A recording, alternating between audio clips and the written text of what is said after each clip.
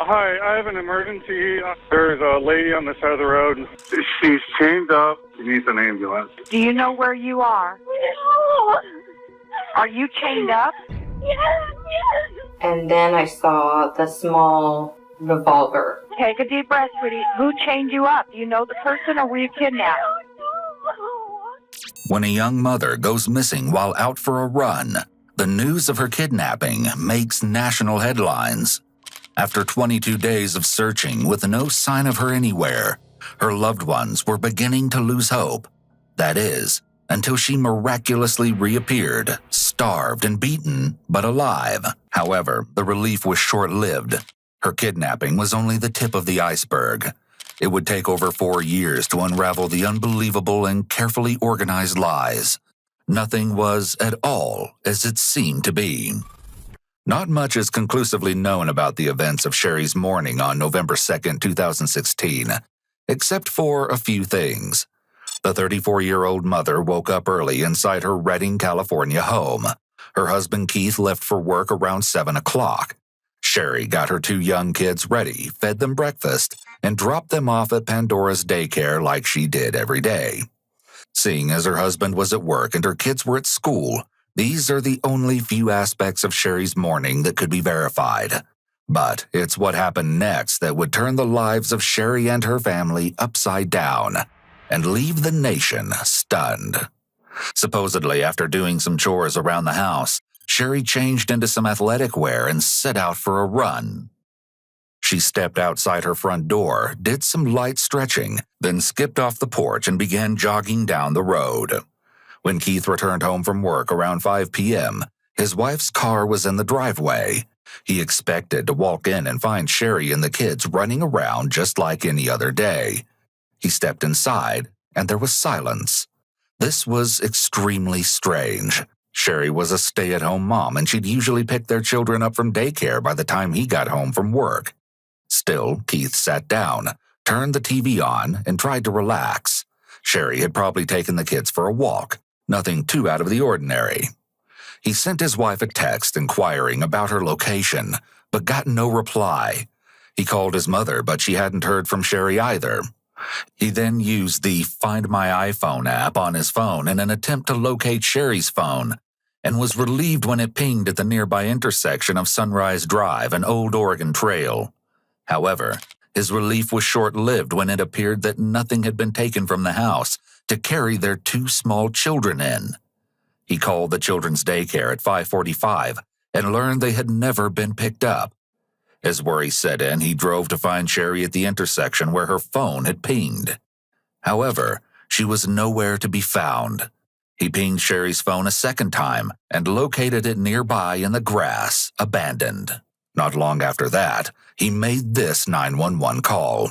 Hello, can I help you?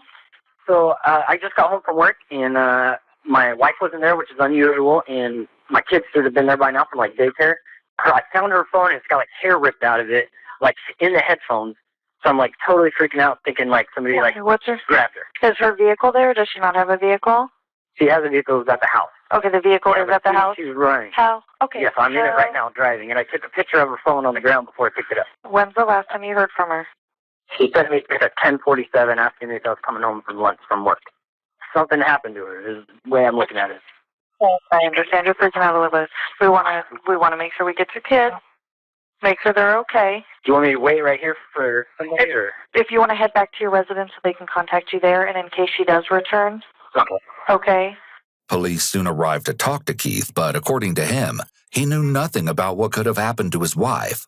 The immediate area was looked over, and after coming up with nothing, they organized a formal search. In the following days and weeks, the search area would grow, and so would the number of people searching. Neighbors, friends, family, and volunteers from all over California would join what ended up growing into a widespread manhunt for Sherry. All the while, Keith was at the forefront of the campaign to find his wife. While it's true that people go missing every day whose faces aren't plastered on the news, the rally to bring Sherry home garnered more media attention than anyone could have predicted. Before long, Sherry's picture was underneath headlines across the country. The story quickly caught fire, and Keith, as well as the police, were getting calls from media outlets left and right for intel on the case. But truthfully, there weren't many updates to give them. Investigators weren't able to lift anything useful from Sherry's cell phone. With that being the only piece of evidence they had, detectives found themselves with no real direction to go in. They quickly turned their attention to Sherry's husband to see what he knew about his wife's disappearance. What detectives would end up uncovering through their conversation with Keith were unsettling details pertaining to an unhealthy side of his and Sherry's relationship, or what some might call motive. What you're about to see is newly released footage of one of the police's earliest conversations with Keith, which took place shortly after Sherry went missing. The footage has been analyzed by a qualified team, including a licensed attorney, a licensed clinical psychologist, a former licensed professional counselor, and a licensed professional counselor. But like a normal route for her run, would she run on Old Oregon Trail to Paracast back? She would normally go to the mailboxes and back. Now, she's been running more and more. She wanted to get ready for the Casa run. We're all going to go to it's like the Casa where everybody jumps up superheroes. Okay. You know, now, when I used to run, I'm not going to mailbox and bag us nothing, you know. So I would make a big loop and go down Old Oregon Trail and then come back. Now, through Paracast? I'd go Paracast and I'd come home sunrise. Okay. So there's a possibility that she was like, hey, I'm going to step up my, running. I'm going to go this way. I'm going to walk the Old Oregon and then I'm going to run again or something. Yeah. And I keep going back to something like that because the way the phone is, I mean, I'm sure you guys have seen, I know I showed you a picture. It's weird to me, and I've got all my ideas, but my latest idea is I don't think it happened there. I think where the T is, where you can go Paracast or Sunrise, I think it happened somewhere in there because there's no houses except for that crack house. So I think two guys or something in a car, they drive, the phone gets cell phone range again. It doesn't have cell phone range right there. It makes a sound, or something, and they go, oh, and they grab it, and they give it a little chuck so it bounces, and then it kind of stays, but it's still pretty intact, so that's why I don't get that part. There's a few random stories I've been getting. Obviously, you have tips. I was hoping maybe you could see if you did get some good tips. We're allowed to talk about that. But one of the girls was like, oh, I saw her run by at 11:30, and I heard a scream over my radio at 2, and the cops never talked to me. And I'm like, well, what do you mean? They came to your house at like 1 a.m. because it was that weird house with the shady people. So I'm like, so then everybody wants to talk to all these people now, and I feel like there should be a dog going to the house knock just to see if it smells anything around their house, because I still feel it's somebody, I don't think that lives near me, but I think it's an acquaintance of somebody down my street. It's my theory. Because some guy driving on the Oregon's like, hey, hot blonde, pull in, let me throw it in. I mean, that seems totally not logical, but not ruling it out. And another part of our day yesterday was to see if this was voluntary or involuntary, like missing. Mm-hmm. And we ran that stuff out, and we're still back to where we are. Yeah. We know where she's at. We know where her phone is. Mm-hmm. We have a rough time estimate of that. As far as they hear the scream over the radio, we have talked to her. Mm-hmm. Just like talking, it's hard to verify certain things. The 11 o'clock fits lots of other stories and people talking to us. I'm saying 11 to 12 she left, and I think 11:10 she started running. Based on text message, based on the guys that were cutting that tree right there that saw her. He's clearly been brainstorming a lot concerning his wife's disappearance, as would any spouse who's desperate to find their partner.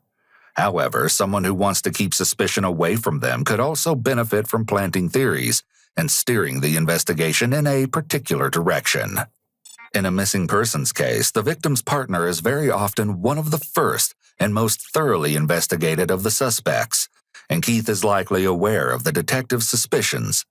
The spouse is often looked at closely when their partner disappears, so the detective is likely suspicious of Keith right now. The only other thing I was thinking is also maybe she got tired and sat down, and that's why the phone was like that. I was like, that's a weird, you saw it. It's not the hell would you sit there? Yeah. And she wouldn't want to get her butt dirty, I know her. And then why would she leave the phone? And if some guy pulled out, she would scream. I don't know. Or there would have been kick mark. I mean, there's nothing. Yeah. But I saw anyway. Keith not only recognizes, but points out holes in the abduction theory. This is an indicator that he's being truthful with detectives. Someone who's guilty in this situation would have more to gain by pushing the idea that she was taken, rather than tearing it down. Now, one thing I heard, and obviously I have a different stand, and you guys have to go with facts, but I heard Senko, and he's like, at this point, it's not an abduction. Me, I'm like, yeah, it is. Like, why are you saying it is? Is that because you have no evidence, or is that because you're like, we're still checking out, because my family member, he's like, don't think you're not still being looked at. And I was like, they can look at me all they want. Like, I'd be pissed if they were wasting resources on me. I understand that they need to look at me, but I was like, if there was like a team of 5 guys looking into me, and this whole time they should know, okay, it wasn't him. We need to go here. I'm gonna be like, I'm kidding you. So sorry, I'm getting upset, but I wanted to bring it to your attention. So I don't know why that was said. Okay. But that fine line, the big scheme of things, per paper, per what we're putting out there, she's a missing person at risk with suspicious circumstances. Okay. That's the legal mumbo jumbo. Okay. That's not to believe that we're not investigating this like it's an abduction. Okay. The legal term is missing person at risk under suspicious circumstances. All right. That's why that was said. All right. So it's not the suspicious circumstances for us, for paper, whatever, for that side of stuff, is the abduction, or what we believe possibly is an abduction. So we're running that down as an abduction at this point until evidence tends to show us one or the other. Most innocent individuals will be cooperative with an investigation, but they may express anger or dismay at being wrongfully accused.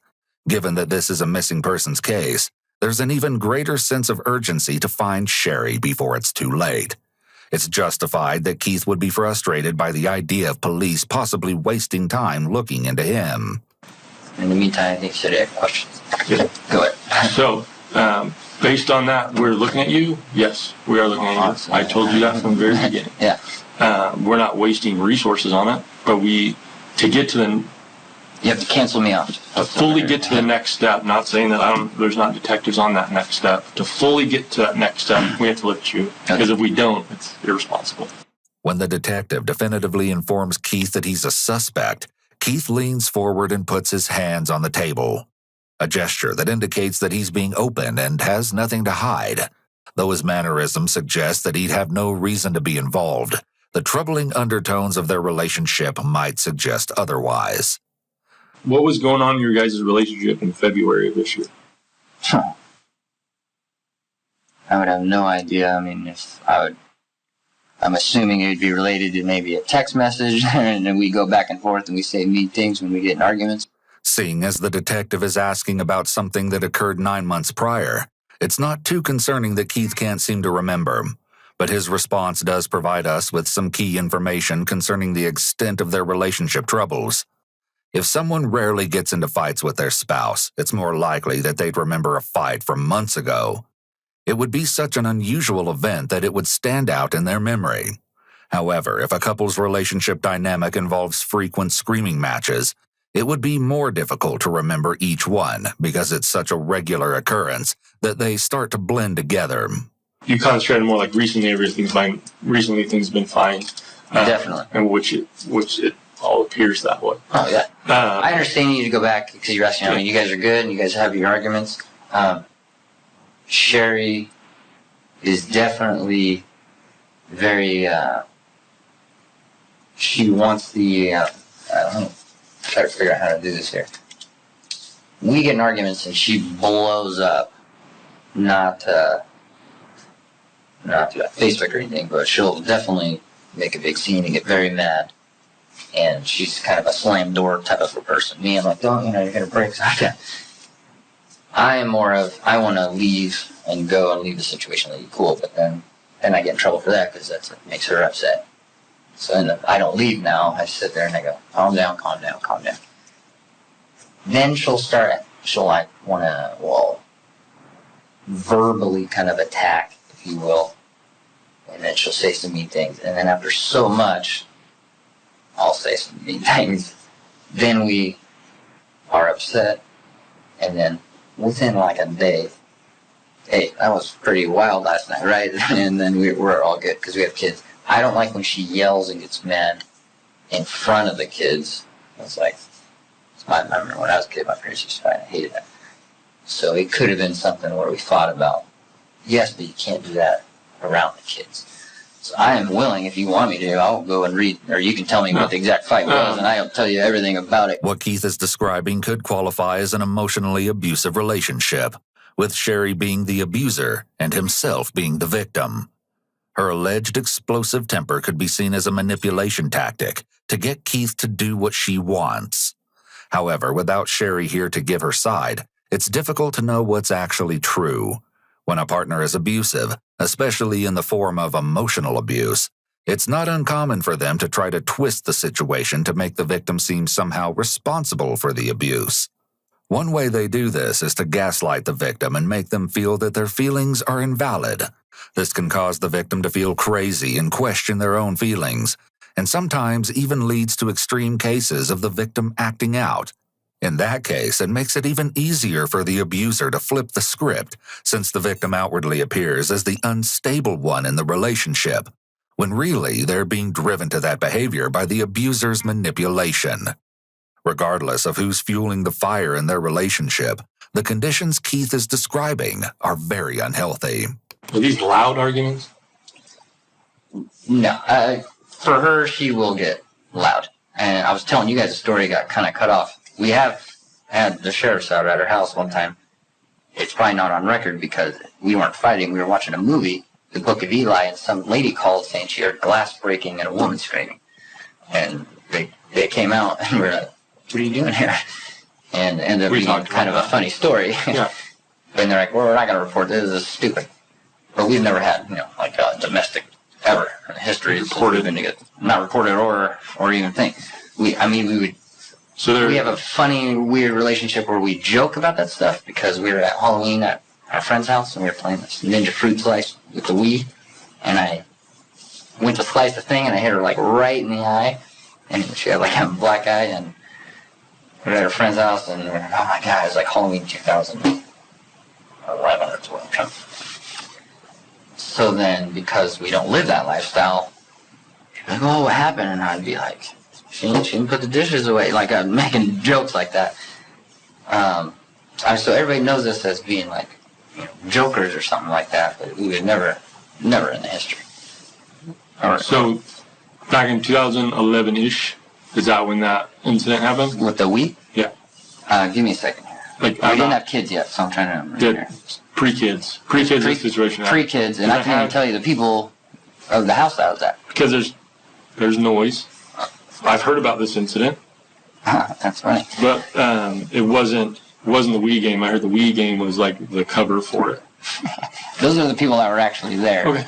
And that works. And I talked to one yesterday. Oh, okay. The fact that Keith is making light of the incident, given the circumstances, will likely stand out to the detective as concerning behavior.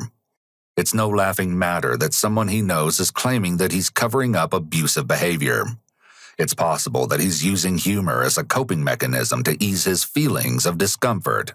It's also notable that Keith chooses this moment to remove his jacket. When someone encounters something they deem a threat, such as the abuse accusation, they may begin to feel hot and exhibit physical symptoms such as clamminess or sweating. An innocent person might demand to know who would make such an accusation and insist that the accuser is lying. Keith, however, doesn't seem interested in where the accusation is coming from, which is a possible red flag. But he may not appear concerned because he believes the references he provided can easily confirm his story. As well, it's possible he finds it funny because he's confident in what actually happened. So he thinks it's stupid that someone lied about it. I'm trying not to... In this moment, I don't want to talk bad about her, but you're kind of... I'm not saying you're forcing me, but I want to tell you everything because I don't. We're not talking bad about her. She will, kind of come at me. I'm a hug and hold until you calm down kind of a guy. So there are people who say that they've heard arguments coming from the house. Not saying on a regular basis, just that they've heard actual arguments. I would agree with that. Okay. Yeah, she gets very vocal, loud. I'm like, come in the house. Don't be yelling because I hate more than anything bringing attention to stuff like that. And she's very She's loud when she gets upset. Okay. And I'm more of like, calm down, just calm down, calm down. The other thing we heard was the voicemail from Richard. Oh yeah, that was horrible. I just got on my phone. Yeah, because he called you individually and then her individually. Wait. There's. Are you talking about There's a voice, on the horrible one from him? Yeah. Richard is Sherry's father. Sherry is said to have had a poor relationship with her parents most of her life, especially with her mother, Loretta.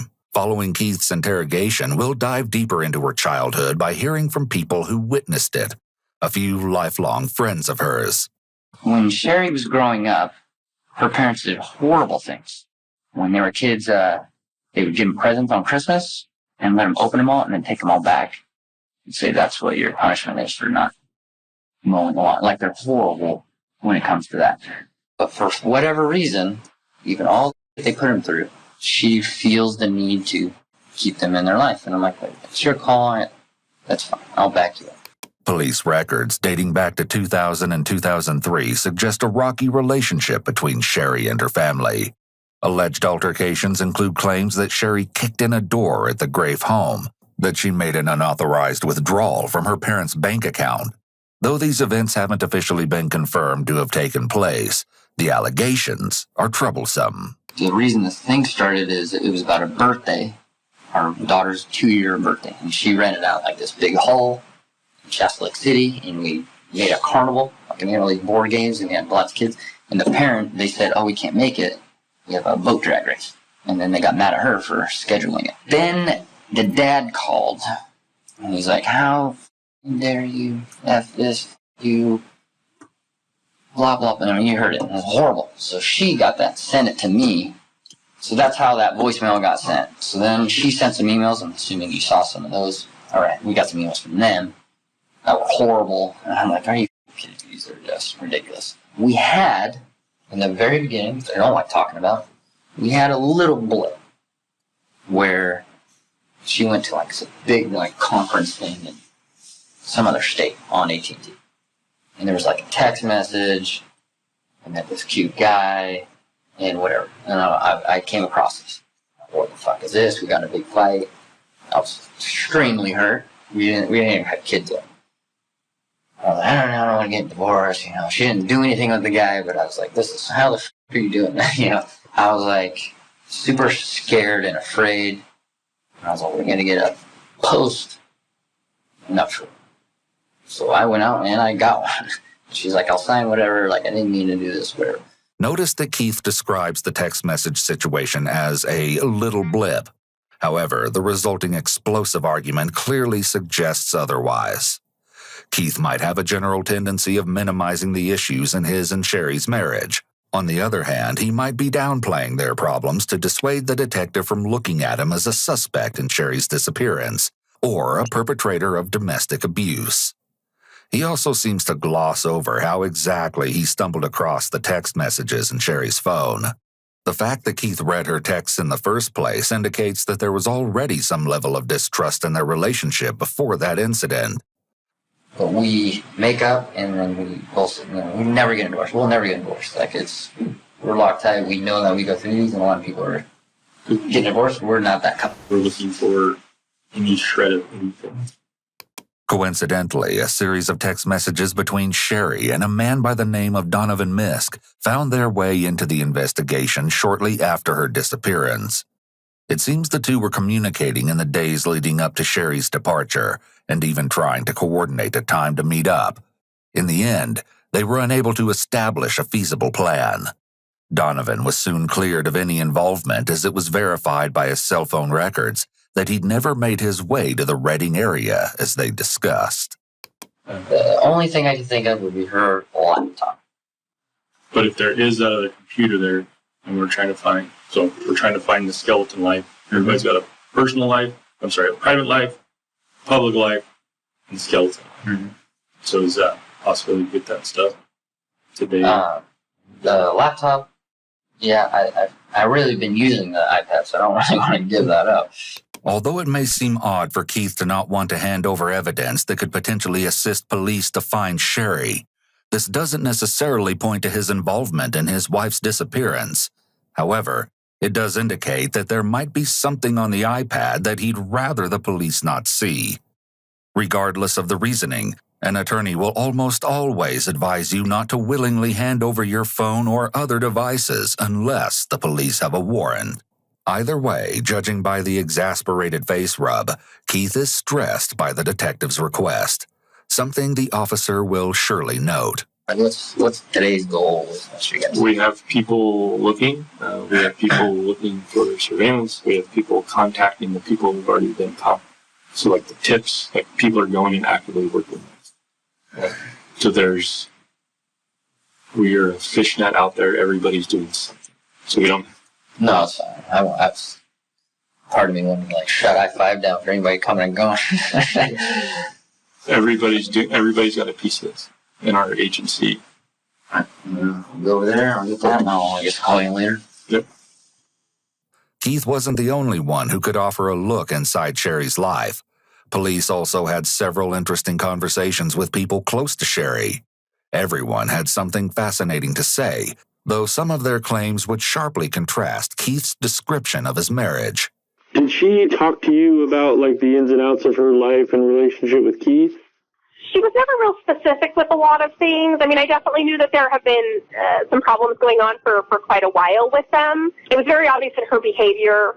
How could you describe that to me? She would flake, which is something she would never do. You know, you'd make plans with her and she wouldn't show up, or she would give you some lame excuse as to why she wasn't there later. Has she ever made claims of abuse or anything like that on Keith's behalf to you? No. I hear she gets explosive when she's angry. Yes, I knew her as a kid. We always called her crazy. You know, she was crazy, she was wild, she was out of control. I'm not surprised, and I kind of feel like I'm the only person who feels like she ran away, but I really do. Has anyone told you that she has a history of running away? Do you guys know that this isn't really out of character for her? You know, she may have had a getaway plan that maybe she never thought of using, and then the day she went missing, I don't know if they got in a fight, I don't know, whatever. Maybe it was just she had a mental breakdown and said, I can't do this anymore, I'm done, and left. And my concern now is this has gotten so big so fast. She's super mom. She ran away, and now she's decided, I had a mental breakdown, I made a mistake, I want to come home. She can't. Sherry's friend is very insightful here with her response. She is correct. If Sherry left on her own, then it would be very difficult for her to suddenly come back home without facing judgment and repercussions now, as police had become involved. However, there is a key difference between her having run away as a child or teen and what might have happened in this situation. If Sherry staged false evidence to make it look like she was abducted, she might have felt she couldn't allow it to appear that she left willingly, as that could make her look like a bad parent.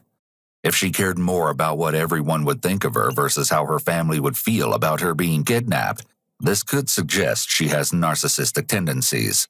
So when Sherry and I were growing up, 16 years old, she ran away from home, went to San Ramon area, Walnut Creek, while we got back in touch with each other, and she ended up moving down to Orange County and with a boyfriend. She's had lots of boyfriends, lots of men in her life. I do believe when she married Keith, her husband now, she had actually been active with as many men as she was years old. Okay. So, and Keith is aware of that. He knows that. Was that a problem for him, or? It was a problem for him, yes. You know, and then he came over and talked to me and said that he had, found out she was talking to an ex-boyfriend via email, and, that really upset him, and he just didn't know, why she was doing this, the type of situation. So there is a history of that. What about, the last year between her and Keith? They have seemingly been fairly happy. I mean, that she, has expressed to me in the past. I can't tell you if it was for sure in the last year she said it, but if I ever try and leave him, he'll kill me. Sherry's alleged promiscuity prior to marriage, along with instances of her talking to other men while she was married, may be attention-seeking behaviors caused by a personality disorder. An individual with borderline personality disorder may have a pattern of unstable relationships and impulsivity. They may also demonstrate intense or inappropriate displays of anger. To our knowledge, Sherry was not diagnosed with this disorder. She even went down to, he will chop me up into little pieces and bury me in the backyard. That is verbatim out of her mouth. And one of just our questions around the office is why she's a stay-at-home mom and takes the kids to daycare? She really wanted the kids to be prepared for preschool, for real preschool and kindergarten. And her belief system was that going to a daycare, which, Pandora, that's it. She teaches them numbers and how to count and ABCs, and they actually do work through play. And so she really, when she was just starting to research it, she's like, well, why not start now? Why not start early? So that was how she explained it to me. And that's why I don't think this is her doing. I really strongly feel like she would not leave those babies. So I'm trying to figure out who Sherry is as a person. She was definitely original. She was marched to the beat of her own drum. She never let society dictate. I know when her and Keith first started dating, there was a weekend I had been up in Redding visiting, and Sherry and I were out doing something, and she was telling me that Keith had made her, I guess he'd found some of her old journals, and I guess Keith made her throw away all of her old journals because they had mentioned ex-boyfriends. I guess he'd gotten pretty upset over this issue. Do you think that Sherry has the ability just to walk away? No, there's no way. Okay. She was so family-orientated. So the tip is that there's a lot of verbal arguments and stuff like that, right? Yeah, and they get very loud. Sometimes it's in the middle of the day. Sometimes it's late at night. I'm very verbal, and you can hear glass breaking and all sorts of shit. If you grew up out there, and I heard Keith grew up out there, did you know him while you guys growing up? He grew up across the street from us. He's never really been the kind of guy that had a lot of friends because he's just not a nice guy. He puts on a really good show, but he's an ass. Police looked into leads like these, all the while expanding their search throughout Shasta County, down the length of California, and even to other states. The Shasta County Sheriff's Office received theories from everyone regarding Sherry's case, including Facebook detectives, people who saw Sherry in dreams, and a surplus of self-proclaimed psychics. Over 600 tips and leads related to Sherry's disappearance poured into the tip line. Many feared Keith was behind Sherry's disappearance and implored detectives to take a closer look at him. However, it was eventually deemed that Keith was not responsible for Sherry going missing. He voluntarily took multiple polygraph exams, which didn't indicate deception. Other factors along with these findings led authorities to determine Keith wasn't involved in his wife's disappearance, and they focused their efforts elsewhere. Furthermore, police were able to contact the Best Buy where Keith was employed and confirm that he was indeed at work all day on November 2nd. It should also be clarified that no allegations of abuse by Keith, mental, physical, or otherwise, have ever been proven. In fact, as you'll see, police would find information that could possibly cast doubt on these allegations later down the road. But for now, detectives were at a standstill. None of the hundreds of tips nor any of the information they got from Keith got police any closer to discovering Sherry's whereabouts. Then, in the early hours of Thanksgiving Day 2016, something mind-blowing happened. It started around 4:30 a.m. when California Highway Patrol Dispatch received several concerning calls reporting a pedestrian on the freeway. These calls have never been released to the public until now. 911 emergency, what are you reporting? Why, I wanted to report something in the middle of the freeway on I-5. And what do you mean they're in the middle of the highway? In a car? Or they're standing there? No, standing in the middle of the freeway. She's saying that she got kicked out of her boyfriend's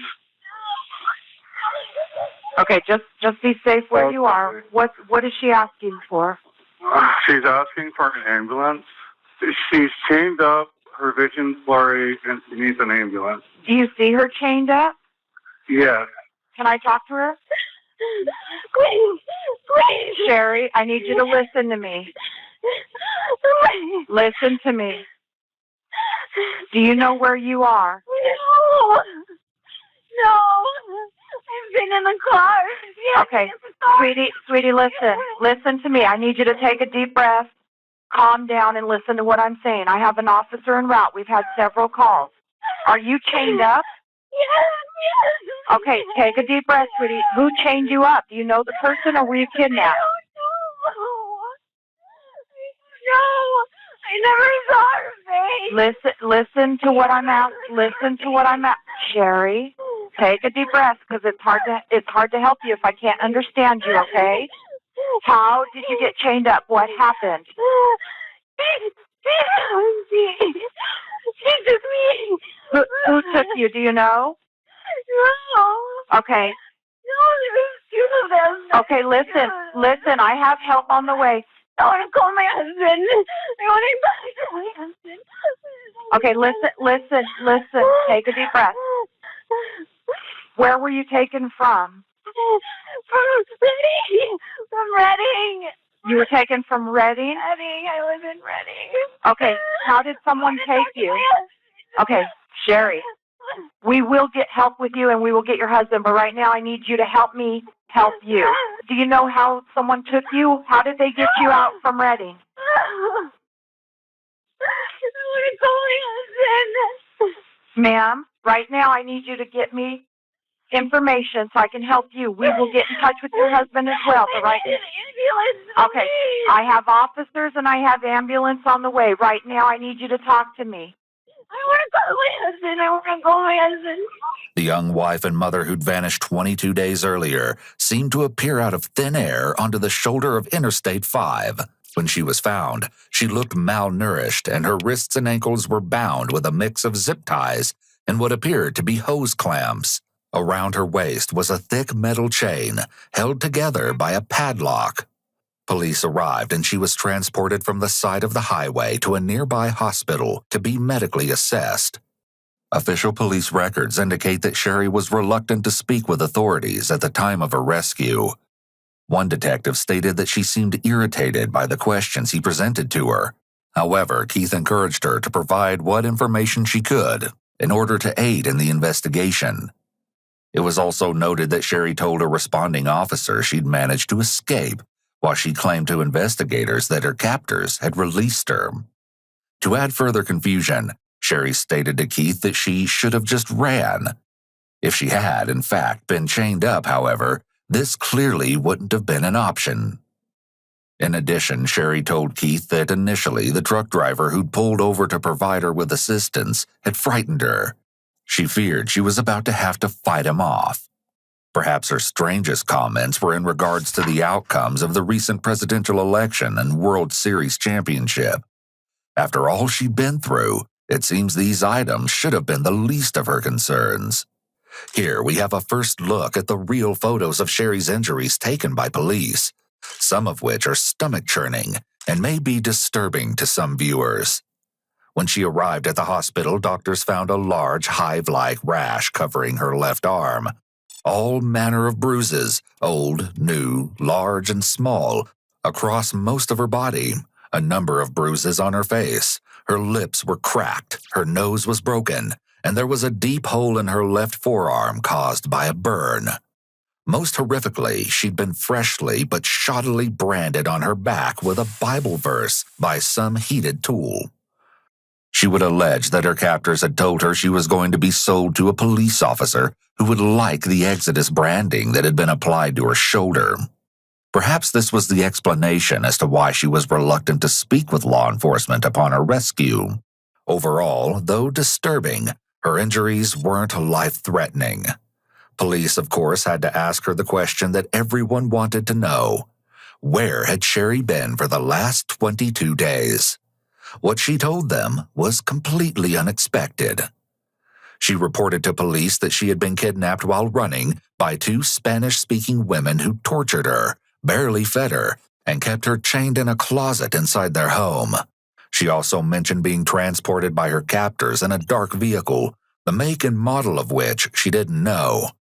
Sherry discussed her injuries and ailments with the hospital staff, including the doctor who was tasked with assessing her condition upon her arrival. Sometimes if you are left enclosed for a while, you get kind of a heat rash here, and that's what that kind of looks like. He explained the likely cause of the rash she'd sustained. According to Sherry, the women behind her imprisonment even made her wear an adult diaper. But that's the most detectives would get from Sherry that day. Sherry was bandaged up and returned home to her family.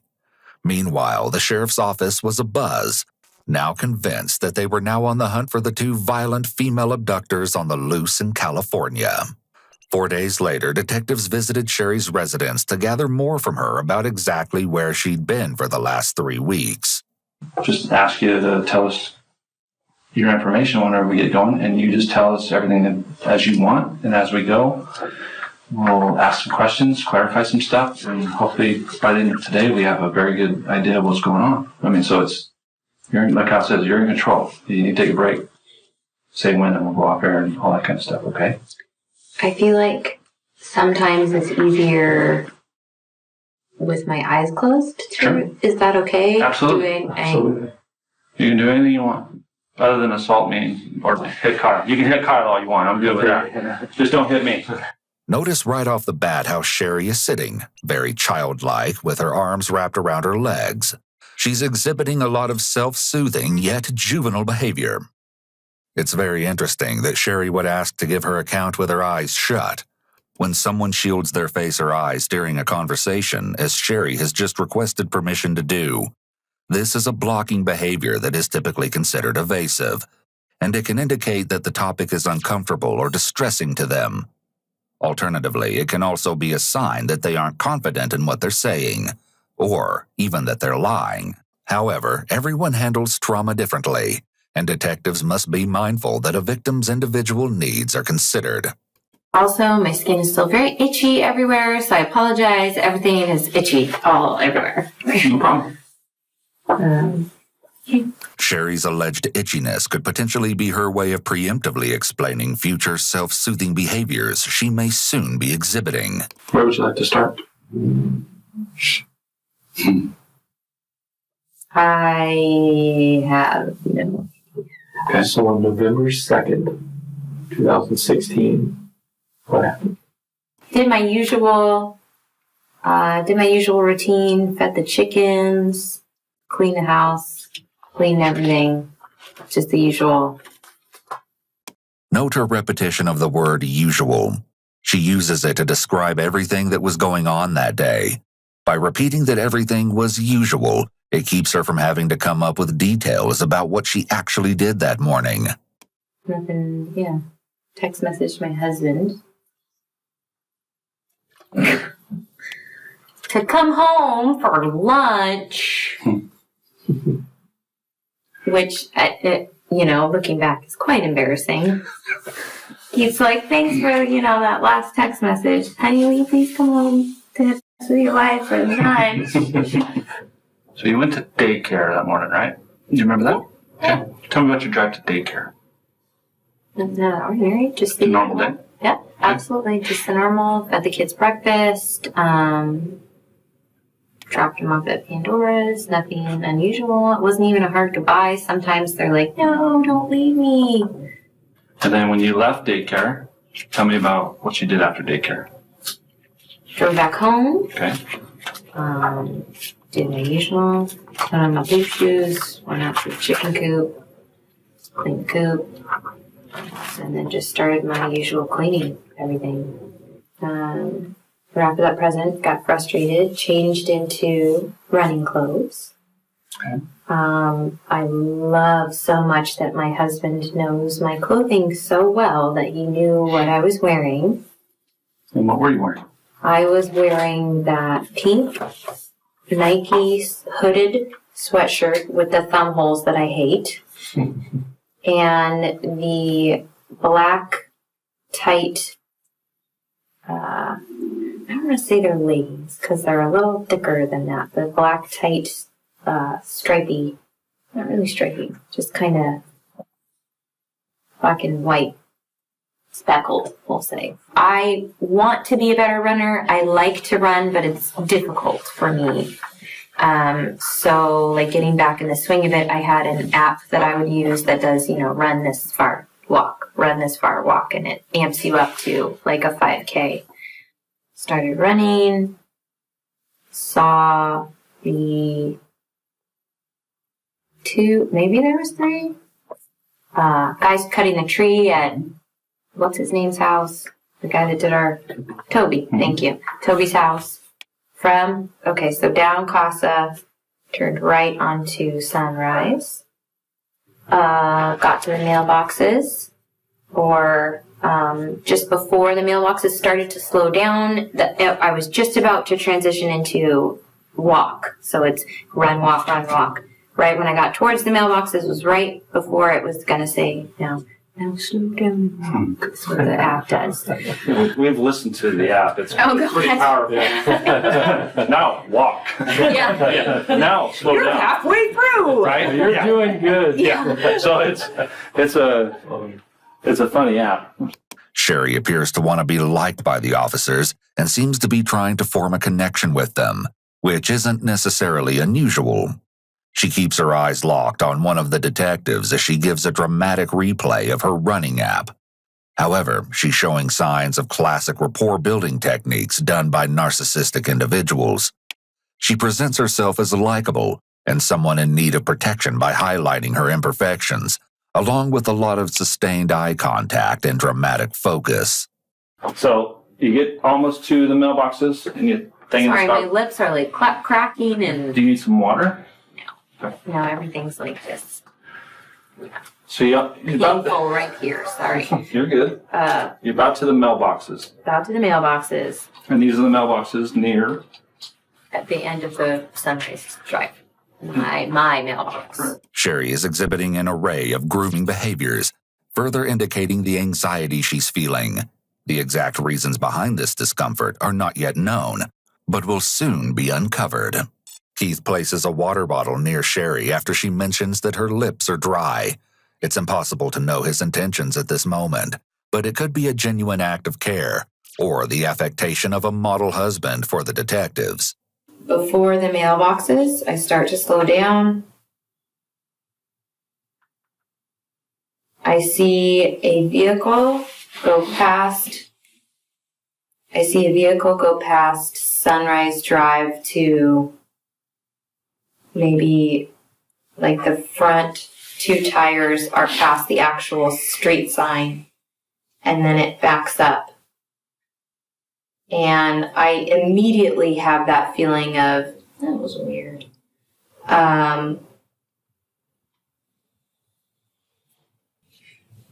You're doing good, Sherry. If you're having The window goes down, but it was a woman. And they back up. Traumatic memories are often difficult to recall and talk about. This is sometimes a result of dissociative amnesia, or the brain's proclivity to block out certain memories that it deems too distressing. This occurrence is a product of survival instinct and serves as a protective mechanism that can help the individual cope after a traumatic event. However, note that as Sherry started to talk about being kidnapped, her lips disappeared. This indicates that someone is experiencing a negative emotion. Disappearing lips does not always mean someone is being deceptive. It just suggests that they're likely feeling anxious. It's frustrating because I know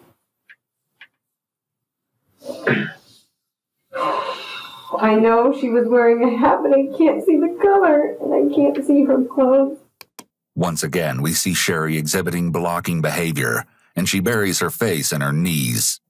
Let's talk about the big details. I'll make a note. He asked for help. I want to say it's maybe like a hey or something to get my attention. Is that the passenger or the driver? Passenger. Okay. Is the car on Sunrise right now, or is it still on No. Old Oregon Trail? It's on Old Oregon Trail. I walked towards where the vehicle had backed up, but was still far enough away from it that, because I was still cautious, I had my phone in my right hand and my earbuds on, and I took out my left to hear her. And then she opened the door. And then I saw the small revolver. And I immediately ducked down. I crouched down. Like in a ducking, crouching. It was, okay, so across the road, phone's in my hand, earbud out. As she describes her story, Sherry acts out certain details wrong. She's repeatedly said it was her left earbud she pulled out, but consistently acts out reaching for her right ear. It doesn't seem like a huge deal, but when a lot of these mismatches show up, detectives will become rightfully suspicious. Towards the vehicle, this. Not all the way down, squatting. Okay. Not crouching, squatting. Laid my phone down. Perhaps in an effort to remember the details of her harrowing story, Sherry jotted down some notes that were later found during the course of the investigation. They included information about the alleged captors. The smaller, younger one had longer, curly hair, no bangs, and hairy arms. The bigger, older one had straight, thick, dark black hair and thick eyebrows. I can't remember if she said, we don't want to hurt you, we don't want to kill you. I can't remember exactly if it's, we don't want to something, we don't want to something, we don't want to something. And then I put my phone down. As soon as I set it down, I was so mad because I couldn't call my husband. And as soon as I set it down, and then I turned and I pulled my hair out because I had to run away, and I didn't, and I should have, and I just, that's all I. Do you want to come back up to the table? And then I got up and went this direction.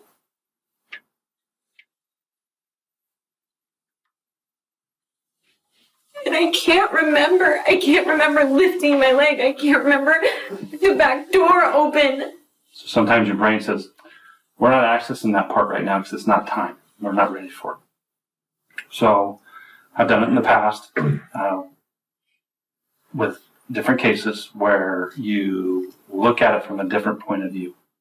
Okay? Because your mind, your body uses different parts of your brain to access different pieces of information. Okay? Believe it or not, that's what happens. Going back to before you see the car, if there was a bird, a bluebird, a robin, whatever bird you pick, sitting on the fence line, sitting on the mailbox, sitting on the telephone line, or sitting in the tree, can you imagine in your mind, looking at it from the bluebird's perspective, what is that bluebird seeing going on? Running to the mailboxes, cutting diagonally.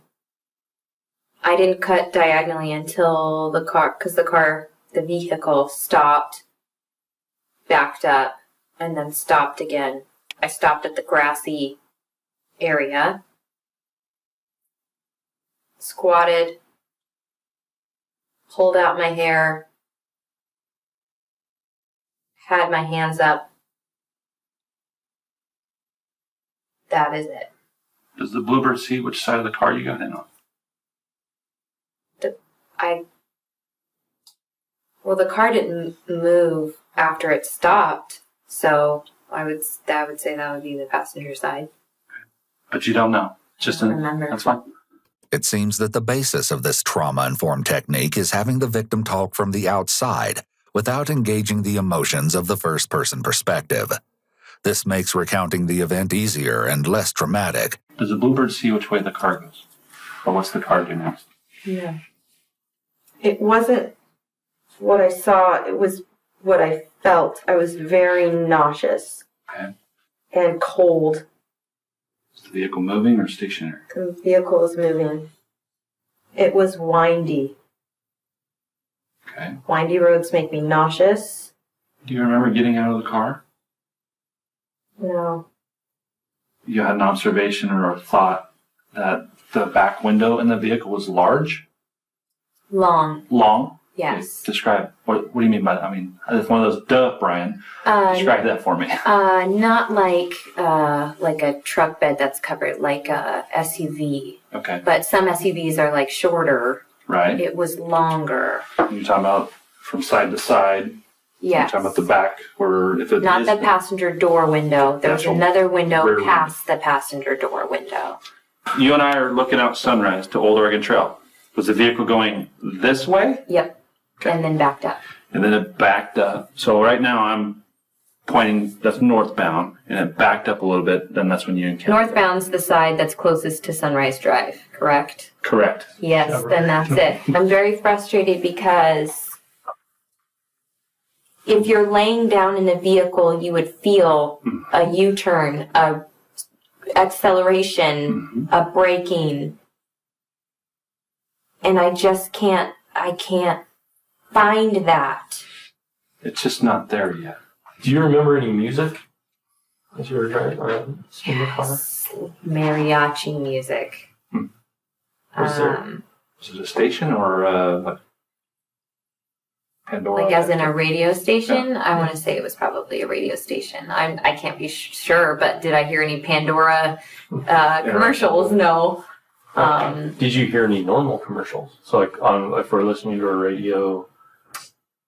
No, I didn't hear commercials. I didn't really hear, and I don't think I ever heard a complete song from start to finish either.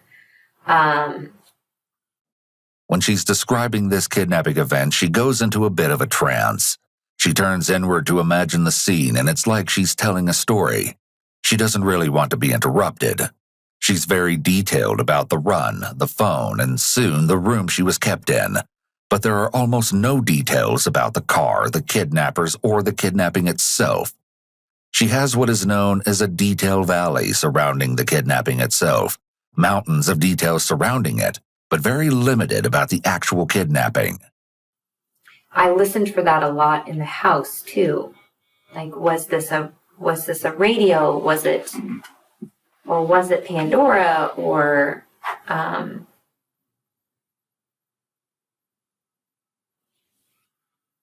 Since we've touched it twice, you mentioned the house twice, or location where you remember. Can we talk about that? Start with you. Tell us. What would you like? The description of the room? Would you like the sounds that I heard? Would you like what I think was there? What would you like? What was the first thing you remember? The first thing I remember was the zip ties on my hands. And then the clothing that was very big. It was baggy clothing. It was sweatpants and a sweatshirt. And I did not have socks, and I was very cold. And there was zip ties on my hands. And I didn't feel good. I couldn't stand up. I was very dizzy. When you first had this in the sweatshirt stuff, is that the same stuff that you were found in the other day? No. How so? Because they would change me. Okay. This conflicts with Sherry's story upon arrival at the hospital. You likely recall the recorded conversation between Sherry and the attending doctor. Sometimes if you are left enclosed for a while, you get kind of a heat rash here. And that's what that kind of looks like along this arm here. Everywhere. It's everywhere. Is that okay? Were you in the same clothes for a long period of time without bathing? Okay. That's probably what's going on there. Because there was a drawstring on the sweatpants. There was a drawstring on the sweatpants, and the other one didn't have a drawstring. How many times do you think you were changed? Or had to change your clothes? Obviously at least twice, so it's Yeah, I think maybe one more time.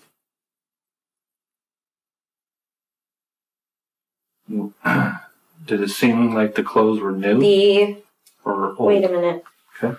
The sweatshirt, the top was changed more because I was trying to manipulate her. My skin was like on fire. It was really itchy everywhere. And I started this rash that's up in here. It was starting to like swell, starting to swell so bad that it was like putting pressure on my arms. So I was trying to manipulate them.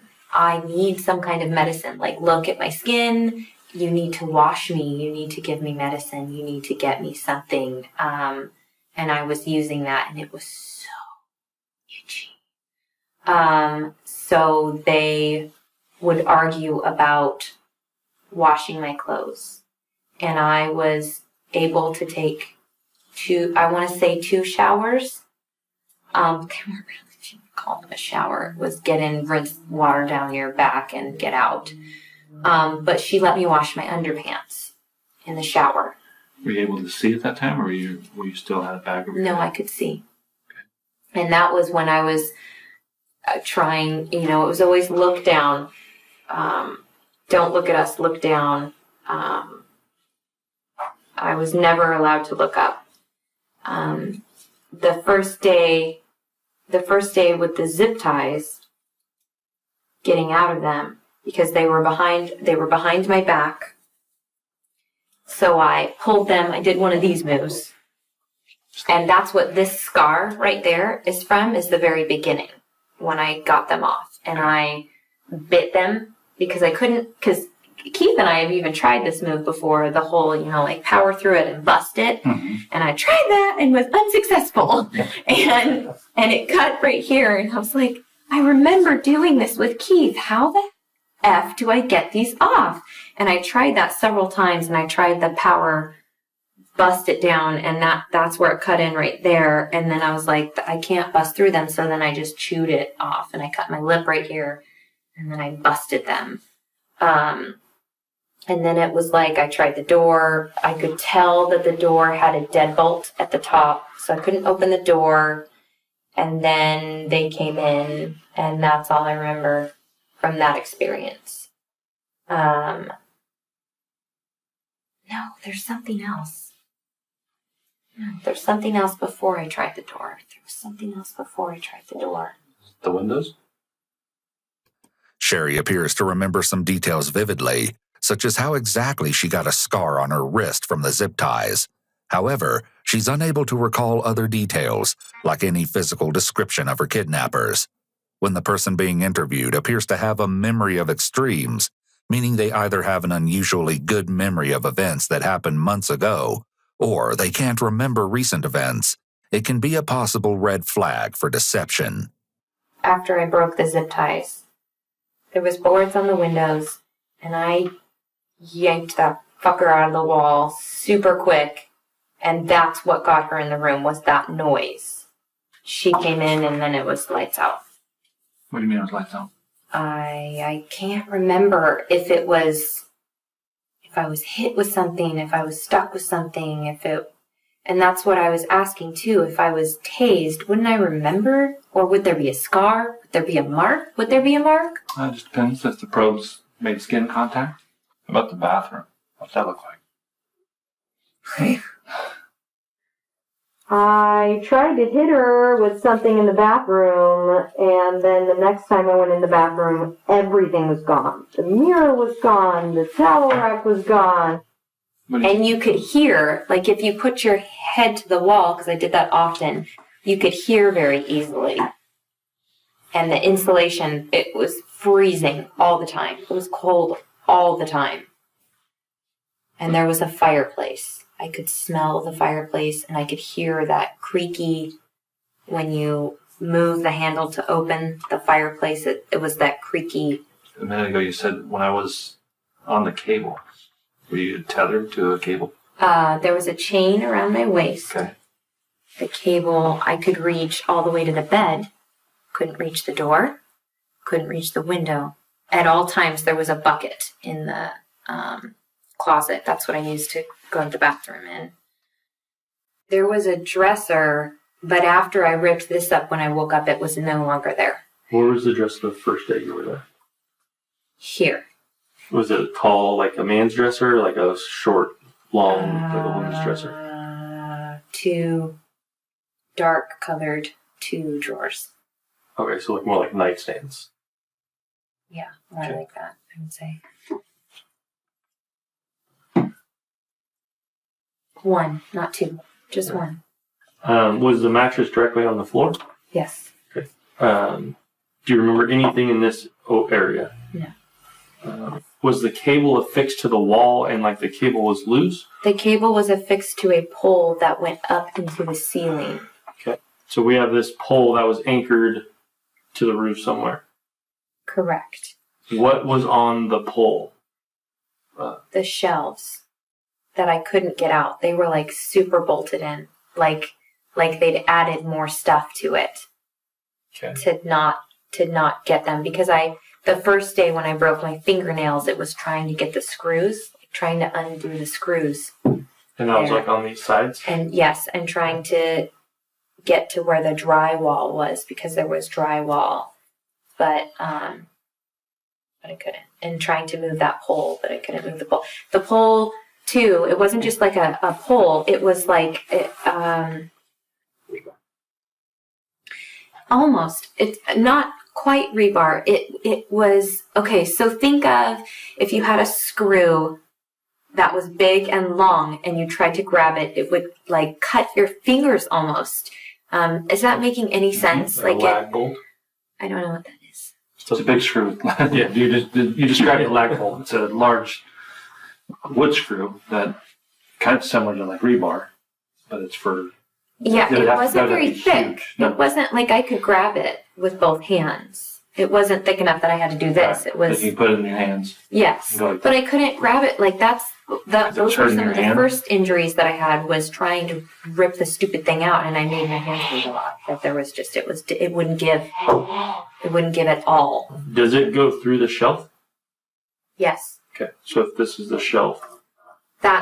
If I could have gotten the shelf off, I could have gotten out, because I could have pulled the cable just straight off of it. When Sherry slams her hands down on the table for emphasis, the emphasis is severely delayed, indicating a mismatch between her thoughts and her speech. It's possible that she has so many things going on in her mind as she's remembering this traumatic event that she can't keep up. However, it's also possible that Sherry is being deceptive about her attempts to escape. It was the shelf that I couldn't get off. Since the interview had been going on for a few hours at that point, it was agreed that they would call it a day and let Sherry rest. Detectives returned to her residence the following morning to continue the questioning.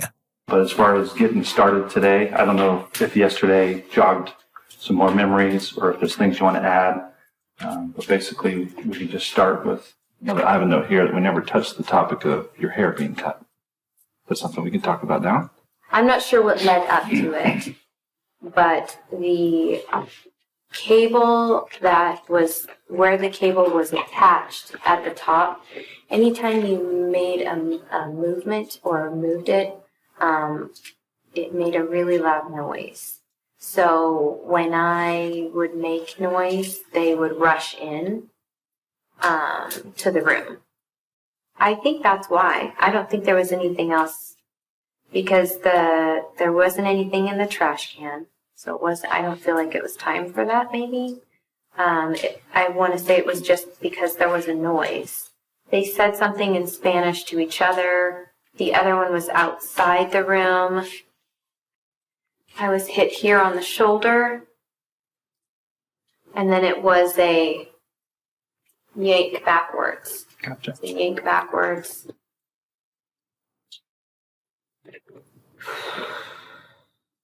I feel like it happened really fast, but not. I don't know. That's fine. One thing to keep in mind while you listen to Sherry's story is that deceptive statements tend to contain fewer unique words and more repeating words than truthful statements. Yank backwards. Gotcha. Yank backwards. When you lie well, you tend to rely on prefabricated statements that are borrowed from previous stories of your experiences or things you've seen. That way, you sound more natural and believable. I was down. She was over me, had it in her hand, and then I felt it here. Like I felt like that blunt edge because she had cut it above my hair tie. Felt it here, and she said, I'm going to send it to your mother, or I'm going to send this to your mother. I'm going to send it to your mother. I can't remember exactly, but I'm going to your mother.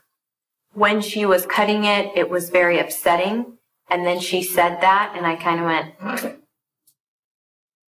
and it was one of those moments where it was emotional for me that she was cutting my hair. And I feel like her saying that almost pulled me back into survival mode, I guess. It also made me feel like she didn't know me. Keith presses onto his face, referred to as facial distortion, then keeps his hand over his face for a second. These are typically signs of discomfort.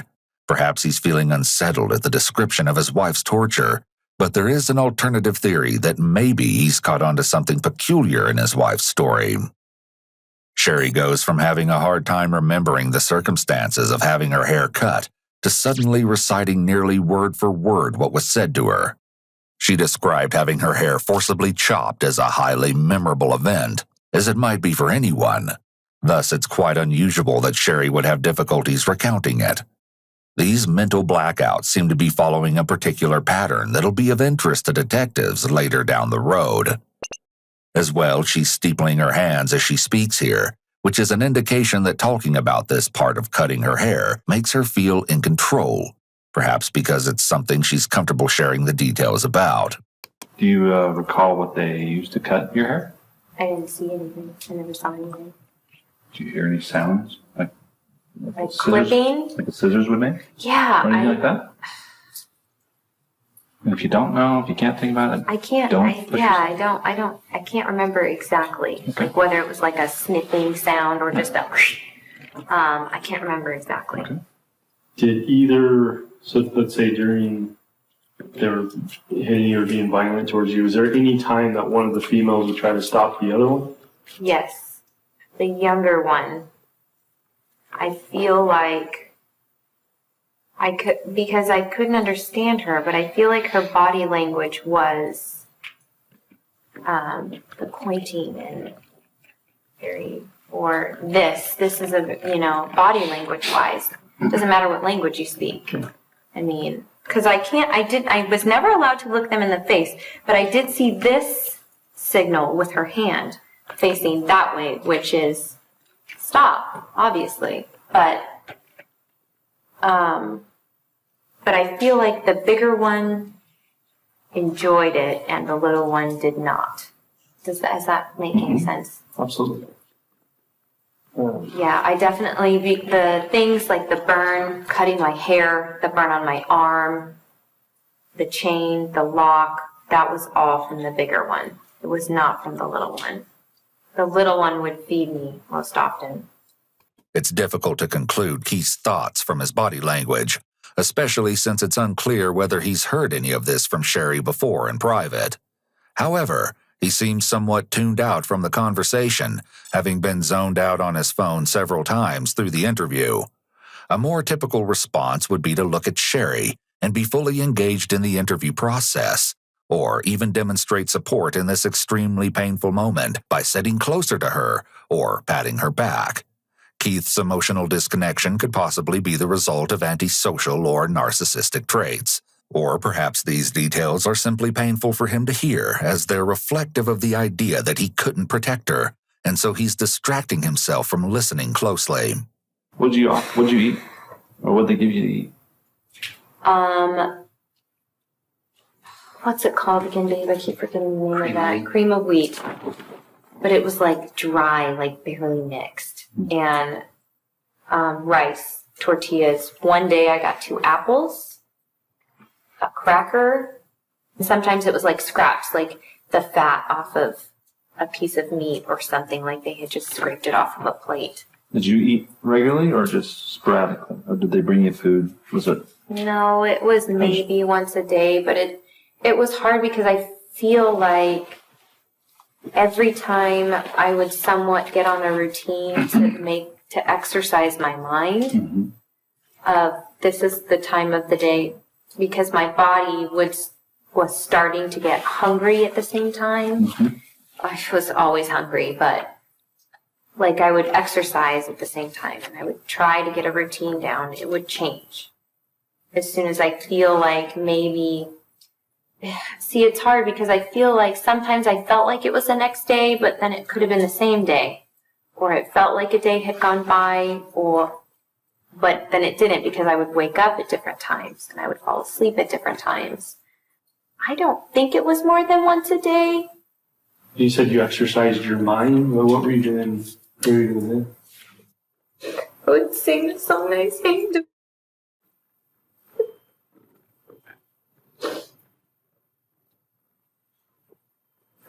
I would read the books I read to my children. I could hear my husband. I would mouth things he would sing, Christmas carols, and the random jingles he would sing in our kitchen.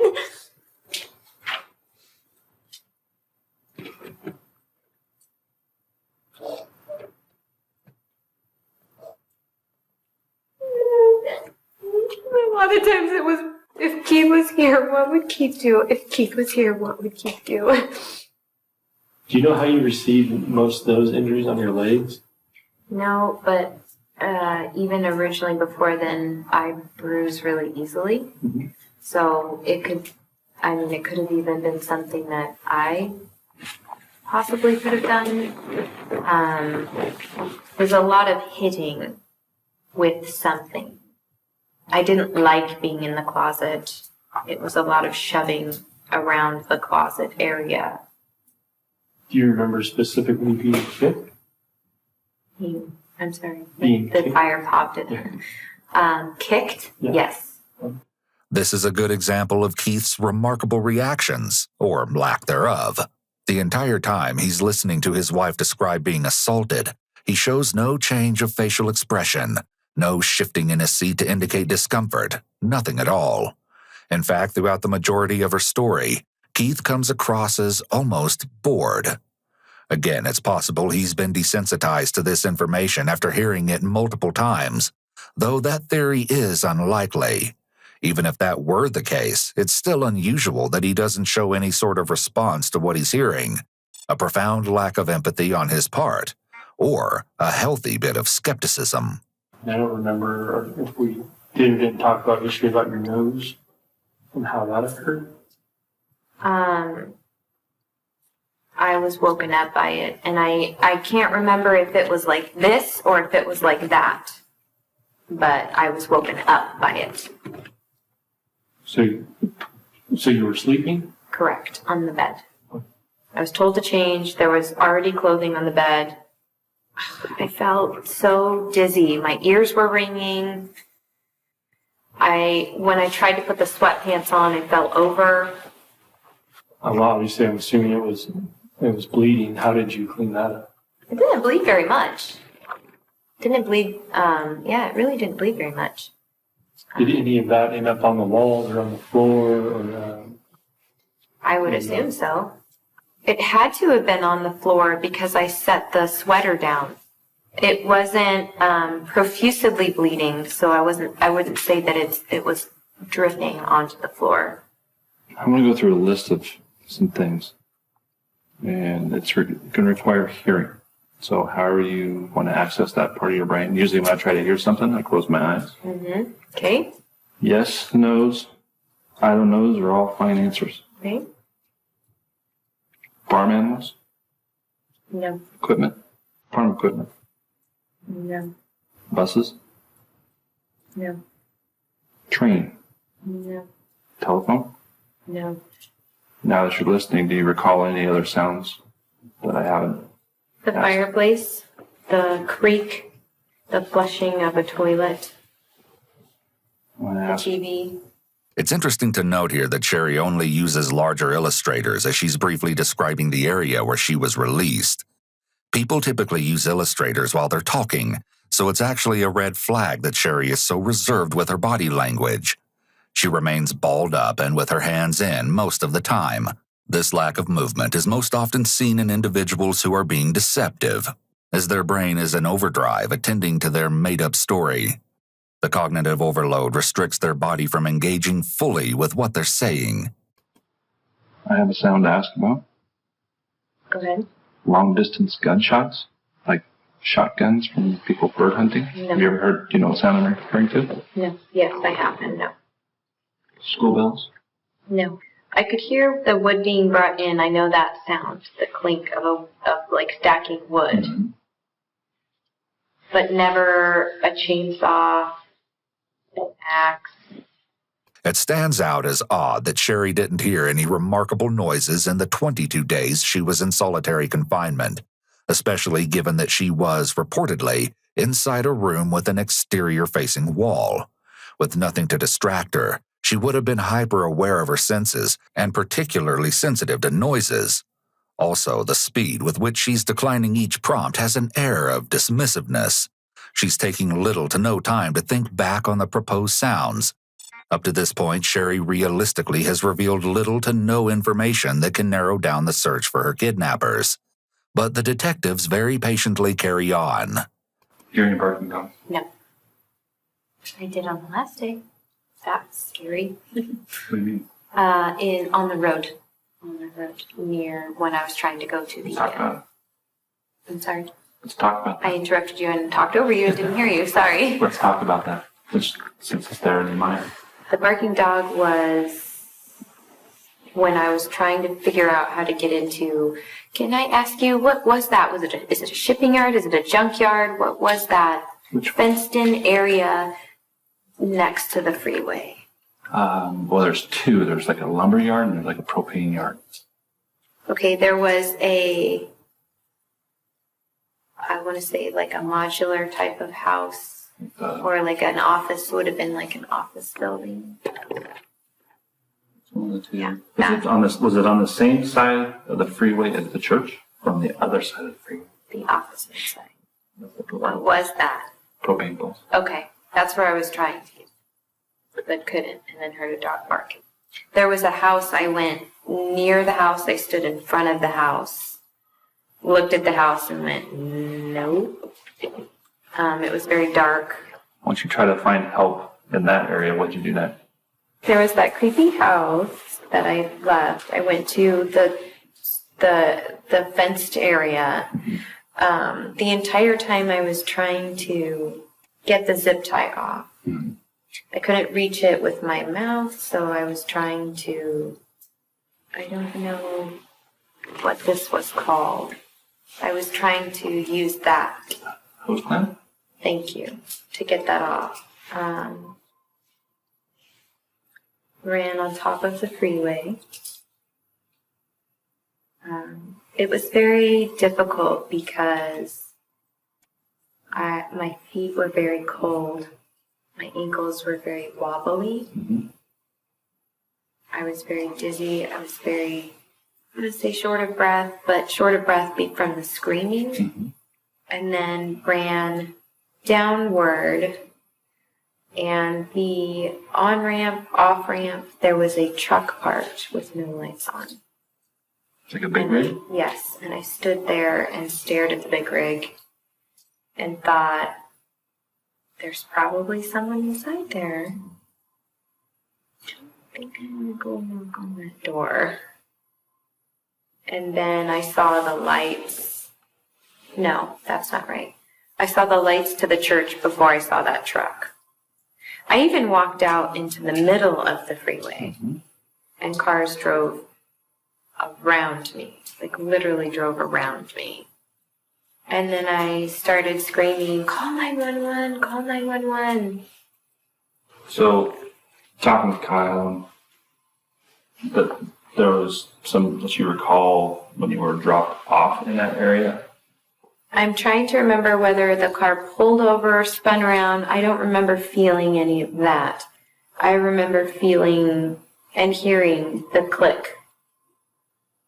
clipping, and then get out and falling out of the vehicle.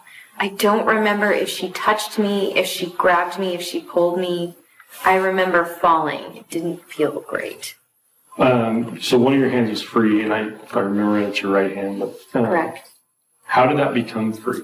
There was a clipping noise. I'm not sure. I'm trying to think if there was the cable. I didn't hear like the clicking noise that like handcuffs would make, certainly. I feel like it may have been another cable here, under here. So how long was your hands to your waist? Was that something new? Oh, that was new. Oh, You mean the zip tie? yeah. The zip tie. This was new. I don't remember this being put on. I've been searching my brain for that. I don't remember the metal pieces being put on, and that is very frustrating because that's something that I should remember. So I have a picture of your legs that I want to show you. I want to see if you recall being kicked or stomped. I'm looking at your right shin area. When needing to lean in closer to the detectives, Sherry engages in a significant amount of shifting her clothes and other grooming behaviors. In addition, her blinking rate increases. Nervousness often triggers a heightened level of physiological arousal, which can manifest as fidgeting or other subconscious behaviors. Blinking excessively might be a result of this heightened state.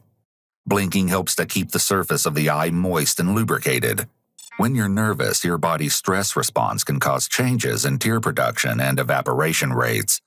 Blinking more frequently can help to replenish the tear film and maintain eye comfort. Do you remember anything about being injured there specifically? In this area here on your shin? Not specifically, no. I feel like every interaction, something's hurt. Gotcha. But you do recall being kicked or stomped on? Hit with objects, kicked, stomped on, yes. Slapped, punched, whatever? Yes. Okay. Never slapped. Okay. I feel like I have a good enough sense on how the brand occurred. So I don't need the play-by-play. I just have a couple of questions if you're okay with that. Yes. Let's get it over with. So obviously there's each lettering to it. Was it all at once or was it several different? It was separate. It was a long page. And was that in one extended time period, or was it over multiple days? Or all done in one extended time period. And I know that the older one did it essentially. Mm-hmm. What was the younger one doing specifically at that time?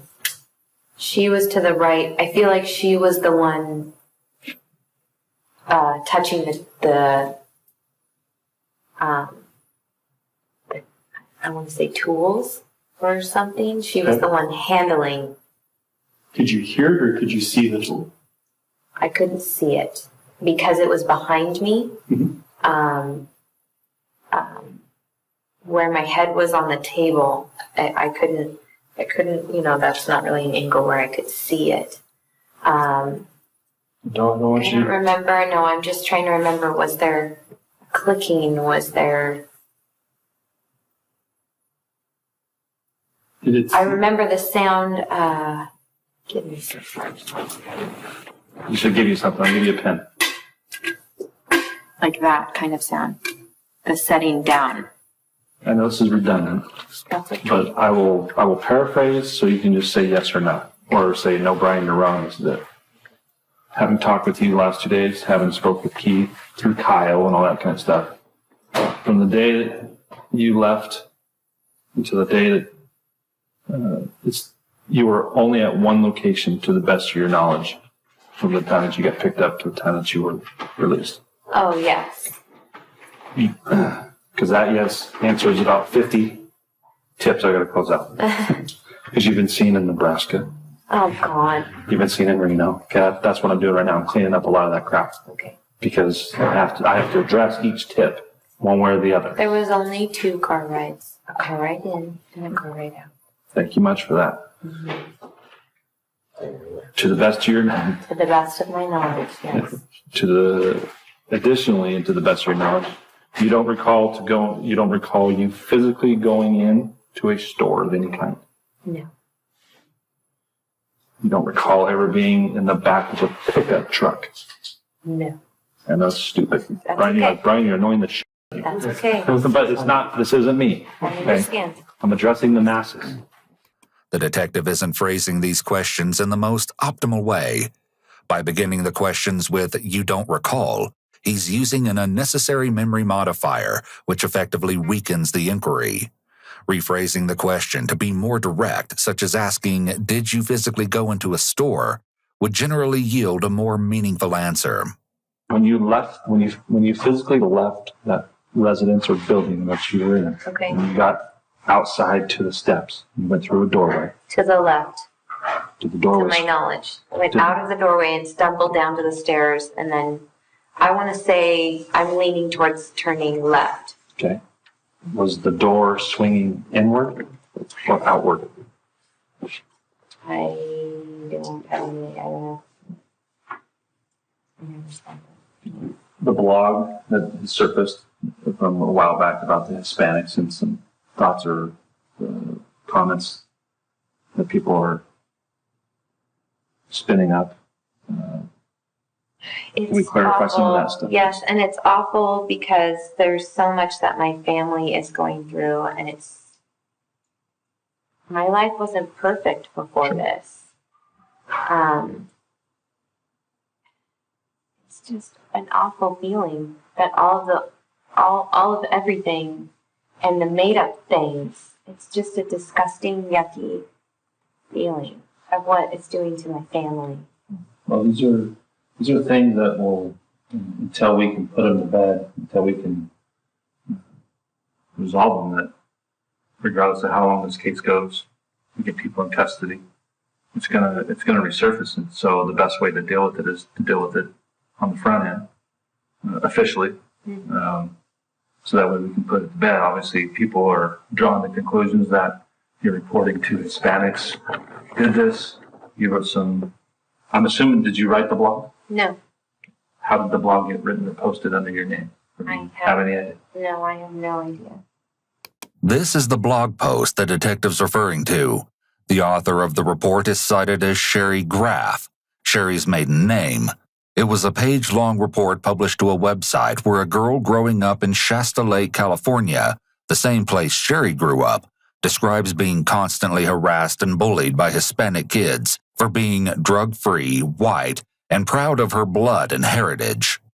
The author recounts the night at one of her volleyball games where a group of Latina girls threw ice and made Hitler salutes at her father. When the author confronted the girls, one supposedly attacked her, and the author proceeded to beat her up badly, breaking her nose and splitting her eyebrow.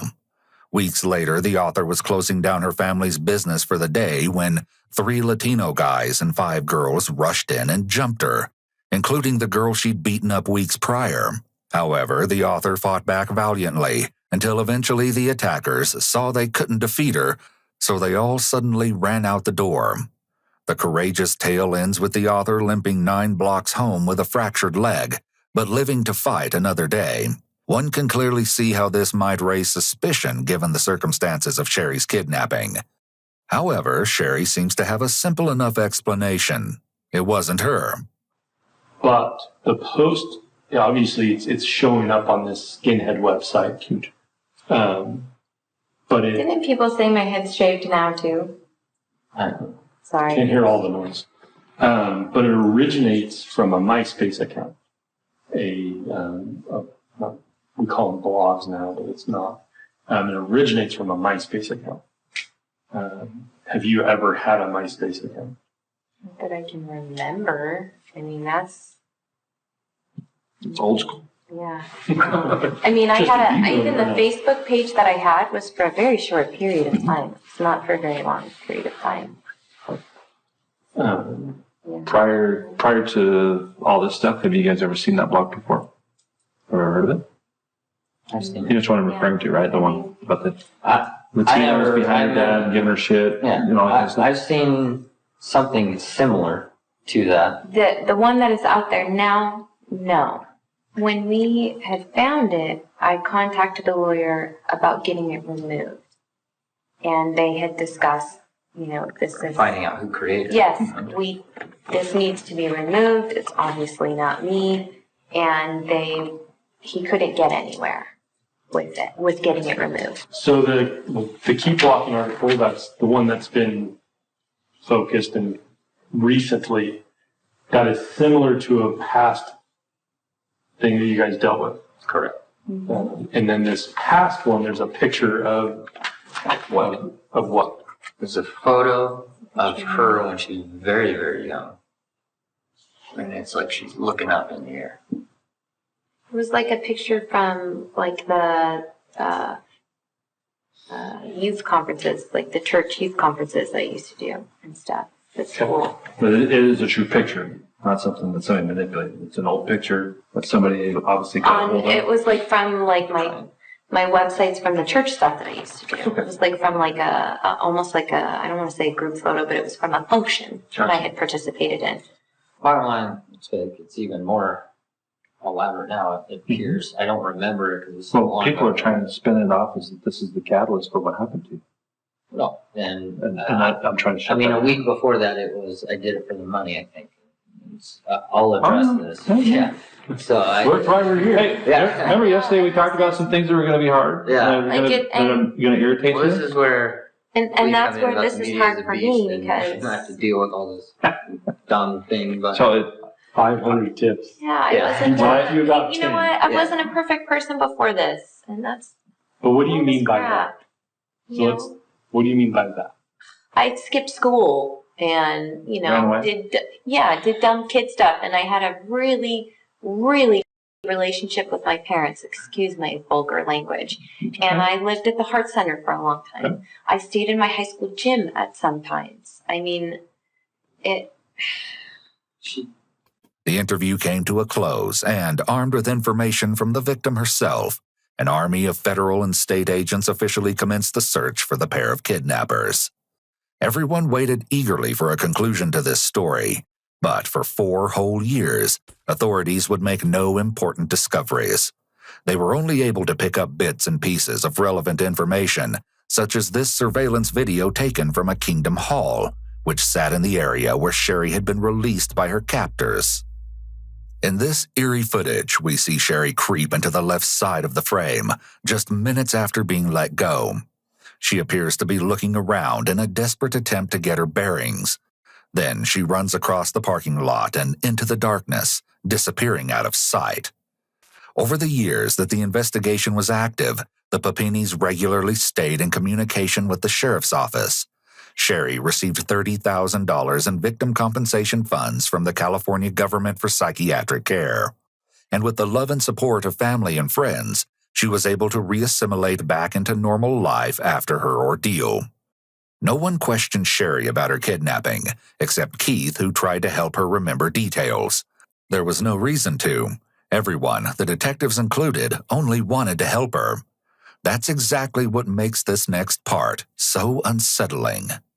After a long, painful wait, there was a miraculous break in the case that detectives couldn't have expected 4 years prior. Thanks to recent advances in DNA forensic science, detectives are sitting in front of Sherry again in 2020, this time with the case broken wide open. So obviously it's been a long road, incredibly long road. Yeah. But some stuff's come up. So we've always had the DNA out there in the world.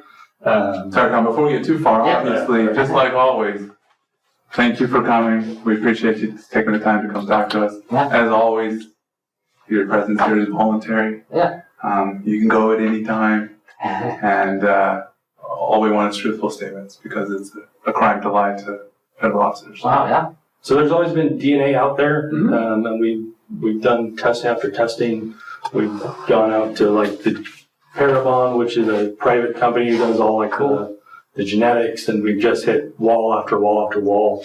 But recently, we found a familia DNA hit.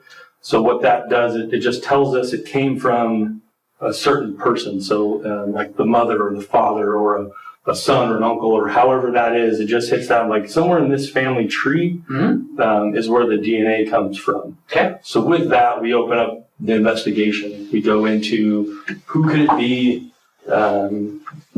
within the family. So once we started opening up those doors and looking through the family members and just trying to see Facebook stalking them, criminal histories, just that normal investigation that we do once we start looking into things, we started finding some interesting things. Okay. So one of the things that came out to us, well, is there anything in there that looks of interest or notable? When DNA testing is mentioned, Sherry scoots her chair closer to Keith's. She may be feeling uneasy and seeking her husband's support. It appears that she doesn't want to face whatever news the detectives have alone. Sherry is sitting remarkably still as she listens to the detective. She may be experiencing a freeze response, the ceasing of all movement and sound, which happens when the mind perceives an immediate threat. It's expected that she would feel anxious in such a pivotal moment, but her body language is indicating that something is wrong. So the picture's a little grained out. So to me, I see a table there that somewhat looks like something you've described to me in the past, and then I see wood paneling. Talking about the room. Yeah, we noted both of those things back in August 2017. Is when we spoke with you about, and you showed us this picture of the table. Mm-hmm. Do you remember that, Sherry? Yeah, I do. And so when we were trolling through this, Facebook page, we saw just the edge of that table. Yeah. Denise caught it, in fact. Oh, cool. Denise said, "Hey, look at this table." And I was like, "Oh, wait, you're right." Yeah. And it has the wood paneling. Mm-hmm. So we're like, well, where was that photo taken, right? And so we're trying to figure that out. So, okay. So that's led us obviously now to obviously this Facebook page has a person. It's got like people tagged into it, so it has. So Peter has a. But that's still a valid memory, right? Is that this was the table? Yeah. A table like this was the table you were on when you were branded? And we've been talking about that a lot because so many memories are so faded now. It's been a long time. It's been a really long time. So were you able to find like where that house is? Yes. And what? Tell me more. Tell me more. Tell me more. We'll get to that. Okay. So if you look at this closet. It's a little bit different, but it's pretty, excuse my language, it's pretty fucking similar. But it's different. You said it looks very similar. What's similar? This is what I'm remembering, that feeling, grabbing it and feeling that feeling. But this part is different. This part is different. That definitely. So you're saying this metal part, it looks the same as what you remember, but this piece right here. This part doesn't look the same. The window. With the wood paneling. Trying to ignore the TV and stuff. I don't think you had a TV with you, right? Definitely not. While a considerable amount of time has passed, so the initial trauma might have abated somewhat, it's still unusual that Sherry is laughing here. It is possible that the laughter is an attempt to lighten the mood or memories, or it may also be more of a nervous response, not knowing what information the detectives are about to confront her with.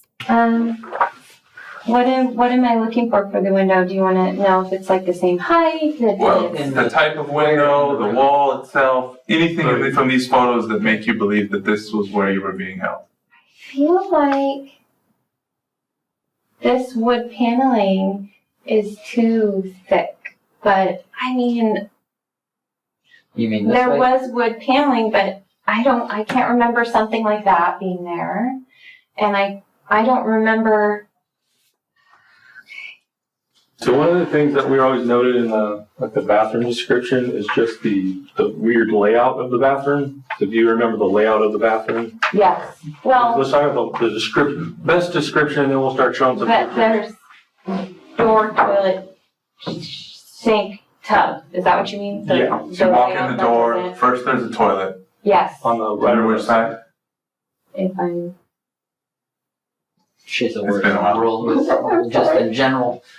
I am. I don't know. But whatever, you walk in the door, on one left or right, you have a toilet, then... I want to say. What? I'm sorry. That's fine.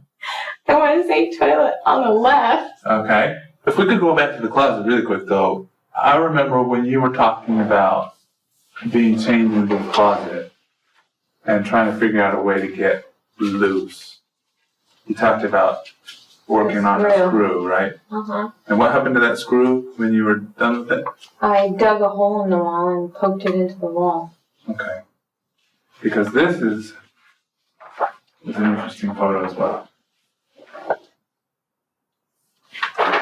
Is this in the closet? That's in the closet. No, it was drywall. It was into the drywall. It was into drywall, but By the electric plug, I remember yeah. Mm-hmm. Okay. So maybe not that one. that. So we're showing you all of this because ultimately this is the house that you were at. We talked to the people who live there. We found the house. We found who was involved. We talked to who was involved. We talked to family who knows that you were there, and talked to a couple people talked to one guy who did see you during this event. Unfortunately, there's a lot of truths. There's a lot of things that were said that we have always confirmed, that we've always said. There's a lot of truths, and then there's some unknowns. Like one of the simple ones, like, well, this description of the bathroom is just weird. Like that was like an argument in all of our offices where we were sitting there like this part's weird. But then we find a house with it. Then the all thread through the thing, that's just weird. Keith appears to be outwardly celebrating their victory, ecstatic that his wife's captors have finally been caught after so many years. Sherry, on the other hand, seems significantly less thrilled by the news. She remains motionless and fixed on the officer for a few seconds, likely another freeze response. When she comes to, she appears to motion for her husband to calm down. The fact that he felt the need to apologize for reacting appropriately may be another important look into their relationship dynamic. It alludes to the idea that he isn't confident in the validity of his feelings, and neither of them are considering the trauma and pain he also went through when she disappeared. So I think with that being said, some choices and some decisions ultimately changed the original path of what happened. So we'd like to talk to you more about those things, and we can do it with Keith here, or we can ask Keith to lead, to whatever you're comfortable with, so we can break down some of the problems. If you want Keith here, all we want is to have the truth. All we want is to be able to tell the truth. That's all we've ever wanted from day one. We talked with you for hours. We've been there. We've done all these different things, waiting for something, waiting for it to break, waiting for us to leak something to hear. Because the DNA came back, like I said, to a specific person. That specific person told us very specific things. His family then told us specific things. The tension is so thick, you could cut it. What must Sherry be feeling right now? Fear, desperation, despair. Certainly, Keith's stomach is in knots as he registers that his wife had actually been with a man during the time she was gone. Had Sherry run away with another guy? Had someone forced themselves on his wife? Was this another repressed memory that she'd forgotten to mention? Or maybe Keith always knew. His nonverbal communication over the course of the at-home interview communicated that something was amiss. Perhaps he'd had an inkling early on that the circumstances were suspicious. Notice also that she's leaning towards Keith here to get support and encouragement. This nonverbal language is very different from the initial interviews.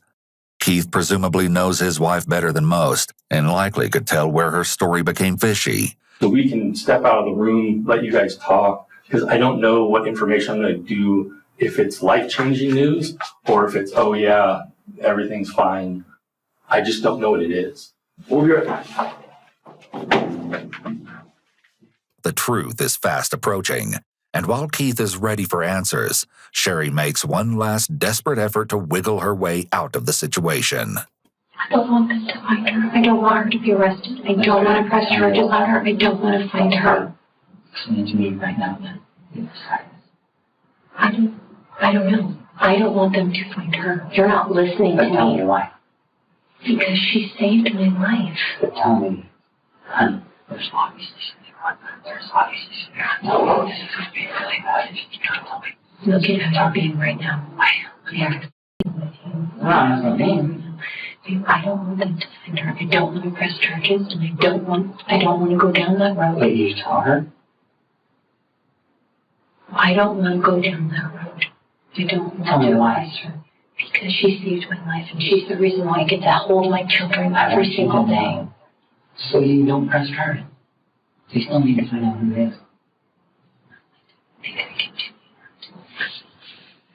that. You're not making sense to me.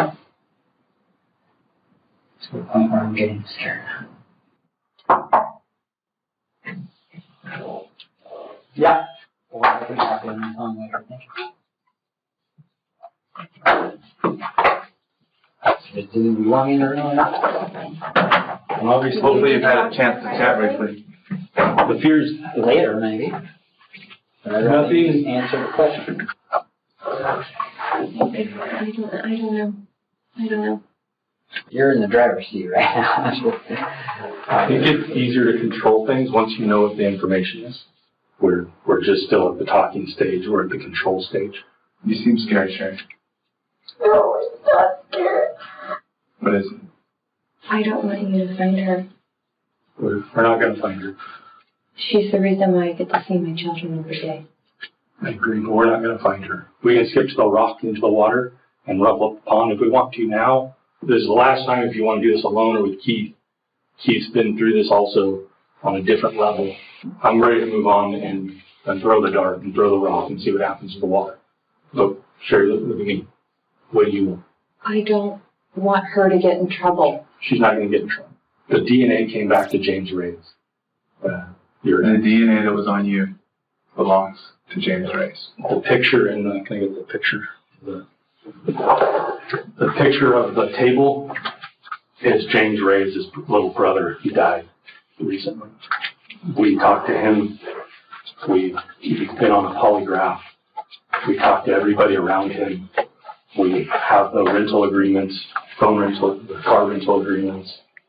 We have everything that says that he said he told the truth. That's James' brother, deceased Nick. So everything, you've told us so many truths in this situation. The reason why you can describe the rooms is because you stayed in the room in the dark for hours, for days on end. The reason why you lost so much weight is because you stopped eating. The reason why you got a rash on your arm is because you cleaned his house. The reason why the brand is because he went to the store, bought the branding tools, and branded you. The reason why your nose was broke is because of a hockey stick. I know all of those things, and I know there was no... I know all of that because he passed a polygraph test. That said, it's not an abduction. She asked me to come and get her. No. I rented a car. No. I drove up and picked her up. He passed the polygraph test, Sherry. Because polygraphs rely heavily on the skill of the administrator, they're not always accurate at detecting whether or not someone is telling the truth. The detectives know this, but are taking a very direct approach to confronting Sherry with all the evidence they have that contradicts her story, and are using the polygraph results to try to encourage her to finally drop the charade.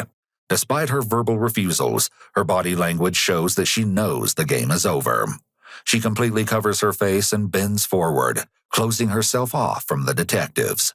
Meanwhile, Keith is leaning away from her with his arms crossed, likely experiencing an unfathomable slew of emotions.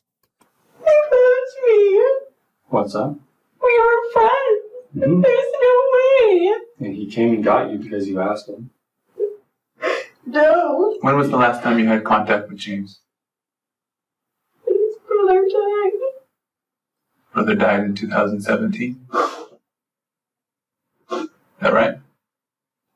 I don't remember. Was it before or after the abduction? Before. When was the last time you saw James? I don't know. Forever ago, when I lived in Southern California. So the last person-to-person contact you had with him was back in 2006? When you were living in Southern California? I don't know. So was it prior to your marriage? It's him. There is no way it's him. But we all know by now that this isn't true. She remembers everything. She's simply reluctant to admit in front of her husband that she was in communication with her ex-boyfriend, even following the incident. However, she lost the chance to get Keith out of the room and probably feels that the best chance she has at saving her marriage is to continue to lie. He took us to the stores where he bought the chain. We talked to a friend who rented the car. The car that he rented drove over 900 miles in a day on the drop-off point. You did go in a dark room. That's true. You did lay in the back seat of the car. That's true. You did lose weight. You were branded. Your hair was cut. You did have bruises all over. But how those bruises got there are because you did it and James did something.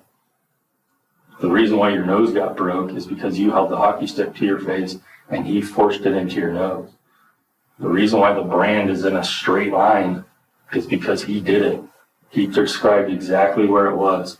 He told us exactly how he did it, where he did it, how he did it. Only you and I and maybe 5 other people know where the brand was. He told me immediately. Robert told friends and family you were there. His mom knew that you were there because, of course, it went news and everybody knew you guys dated. Everybody knew you guys had a relationship. So when it happened, of course, family reached out to him and he told them, yeah, she was here. But it said it hurt her. I didn't hurt her. It's notable that Sherry did tell many truths during the prior interviews. But since law enforcement didn't ask any hard questions or even doubt her answers, she was able to lie by omission and give the appearance of being truthful. James' DNA was confirmed on your clothing. The 2 of you haven't seen each other in over a decade. You told me that you haven't been in his room, you haven't had contact with him in over 10 years. However, you described his bedroom to a T. And the DNA on you was still a vibrant piece of DNA. 10-year-old DNA dies. The DNA that was there specifically was non-seminal fluid, was seminal fractions. You got that from his house somewhere. So whether it was the bed that you were sleeping on, whether it was the couch, whether it was anywhere in there. When somebody would come to the door and be around the property, you would call James. James would call Robert, because those 2 doors down, Robert would run people off the property. Robert told me all of that. Keith's gaze is fixed on the door, silently communicating that he wants to leave the room. His leg is shaking in an attempt to relieve nervous energy, while Sherry's feet are turned towards Keith, indicating that she wants to connect with him. Keith's foot that is on the ground is turned towards the door, showing that he would like to leave the room. He's clearly uncomfortable, as demonstrated by the grooming behaviors he's exhibited throughout this segment of the interview, like cleaning his nails and fixing his shirt. Surely any husband would be confused, angry, and embarrassed if they were sitting in Keith's chair. There were so many truths that were a part of your story that it's hard to decipher the lies. Until we put it all together. Until he says, hey, how did you pick her up? I opened up the passenger side seat, I opened the door, you jumped in the back seat. Why'd you do that? Why'd you do that? I don't know. It was weird. So are you calling James a liar? Are we not believing James what he told me? No. I know you're scared. Cannot believe that it is James. I can't believe James told us the truth. You called James to pick you up. You mailed him a letter with your address. You used a burner phone to call another burner phone for James to come and get you. You're saying since you're married you haven't called James? No, I haven't called James. Because phone records show that you do. You did. The phones don't lie, the DNA doesn't lie, Sherry. His polygraph doesn't lie. So you can go a couple different directions now. His story. I've already told you lying to me is a crime. So you walk out the store telling lies, and that's a crime. I think we need my lawyer. This isn't making any sense. No, it's not making sense, Sherry. The parts that That don't make it's James. No, the parts that don't make sense are that you're accusing two females who abducted you when it was James. The part that you were branded, James did it. He told me he did it. Who would sit there and say, I branded Sherry on her right shoulder blade? Who does that? Sherry clearly doesn't understand the importance of the officer's warning against lying. In the face of a federal agent, the consequence for being dishonest increases dramatically. Title 18 U.S.C. Section 1001 states that to knowingly and willingly make a materially false or fraudulent statement to a federal agent is a felony, punishable by up to 5 years in jail.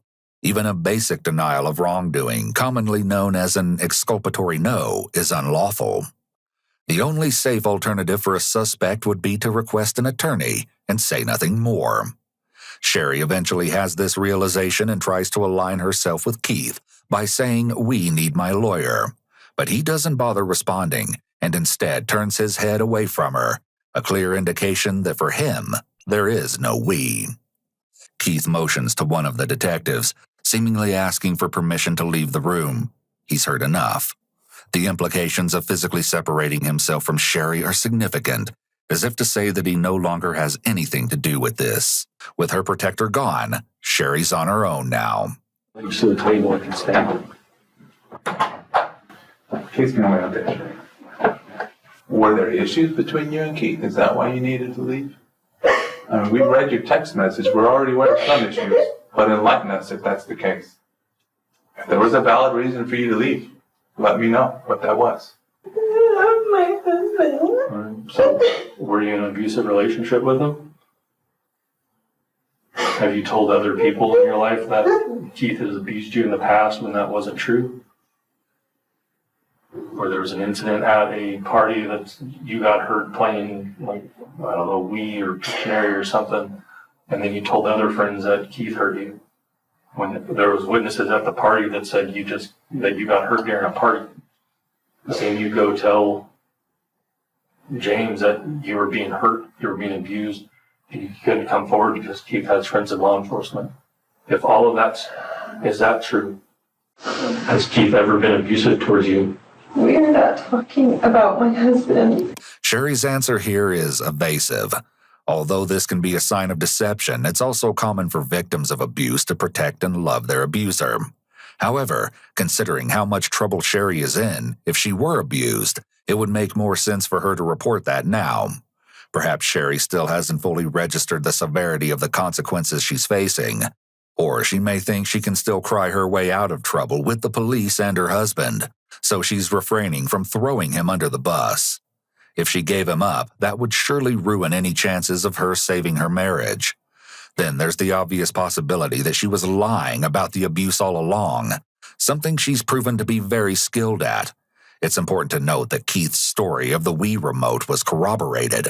Thus, Sherry has just essentially been caught making at least one false report of abuse on her husband. Who knows what other tall tales she has floating around? Has Keith ever been abusive towards you? We are not talking about my husband.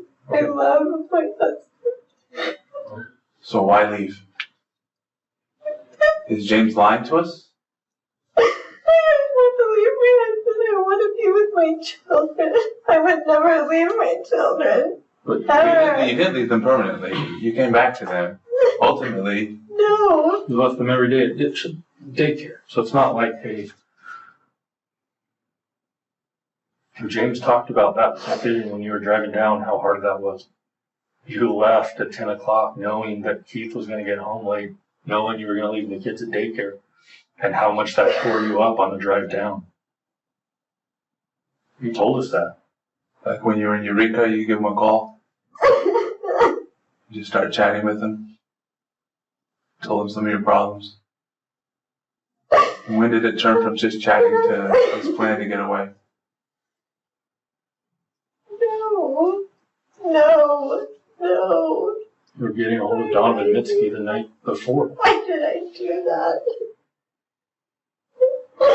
We're trying to understand why you did that too. We're trying to understand all of it. I don't know how this is happening because I was doing that. Doing what? Such an awful choice. Talking to other guys that has got me here. Why did you ask James to come get you? You asked Donovan the night before to come meet up with you. Everything happened at once. You were asking him to. Stupid thing to do. Why did you ask him to come pick you up? Was that an I don't know?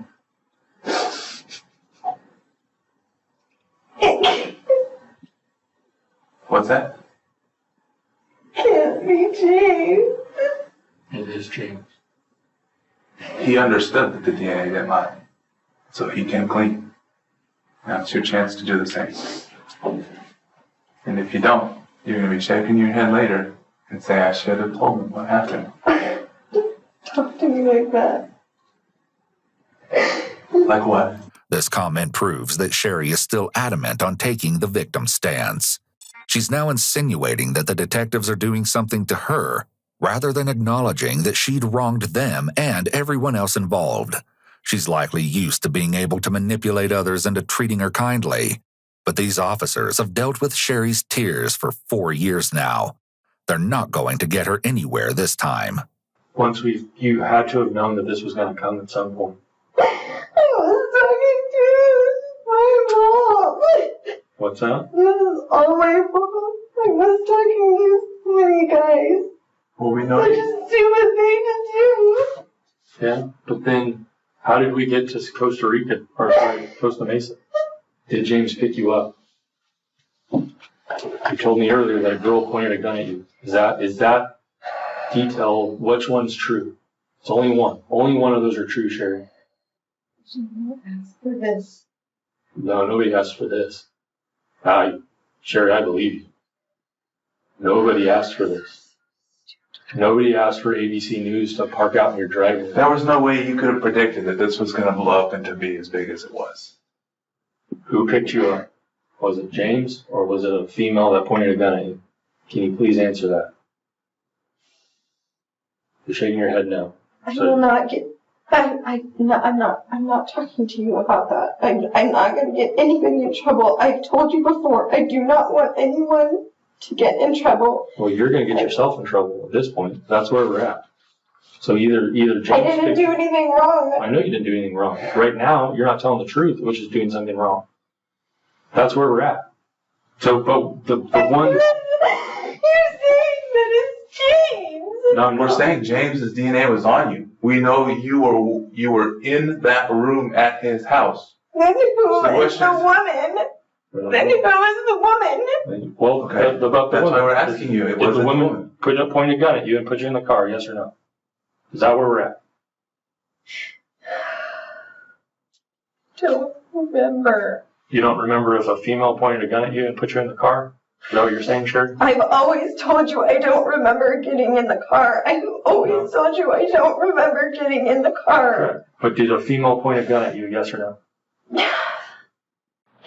I know you know who she is. I'm not saying it. I don't want her to get in trouble. She's not getting in trouble. You know who she is. You're getting in trouble. I didn't do anything. Right. But right now, answer this one question. Did a female point a gun at you, yes or no? I am done speaking to you until I talk to a lawyer. I will not arrest her. I am with my children because of her. At this point, Sherry. I don't understand.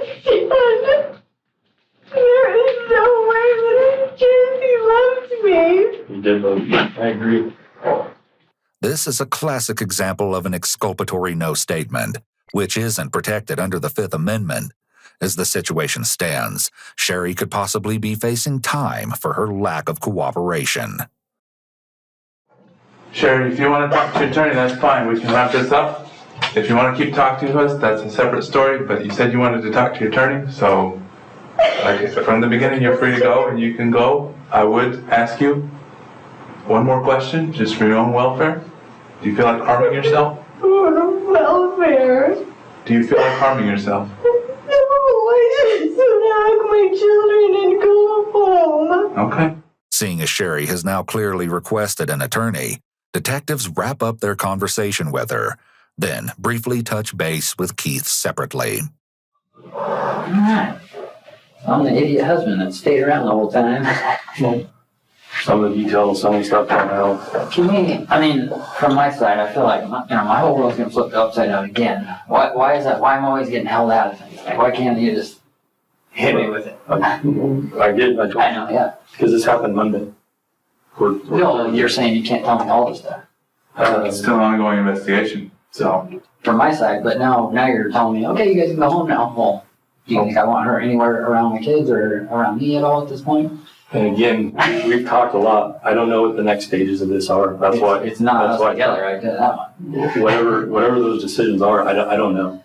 But we can all agree that she's not over there. Then obviously, if somebody can do something like that to their body and try to trick everybody, that they're probably not fit to. It was 4 years ago.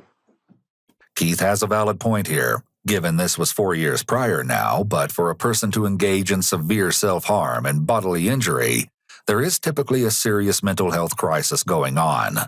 Sherry was likely desperate when she asked James to assist her in harming herself, but the question still remains. Why was Sherry so desperate to disappear that she faked a kidnapping?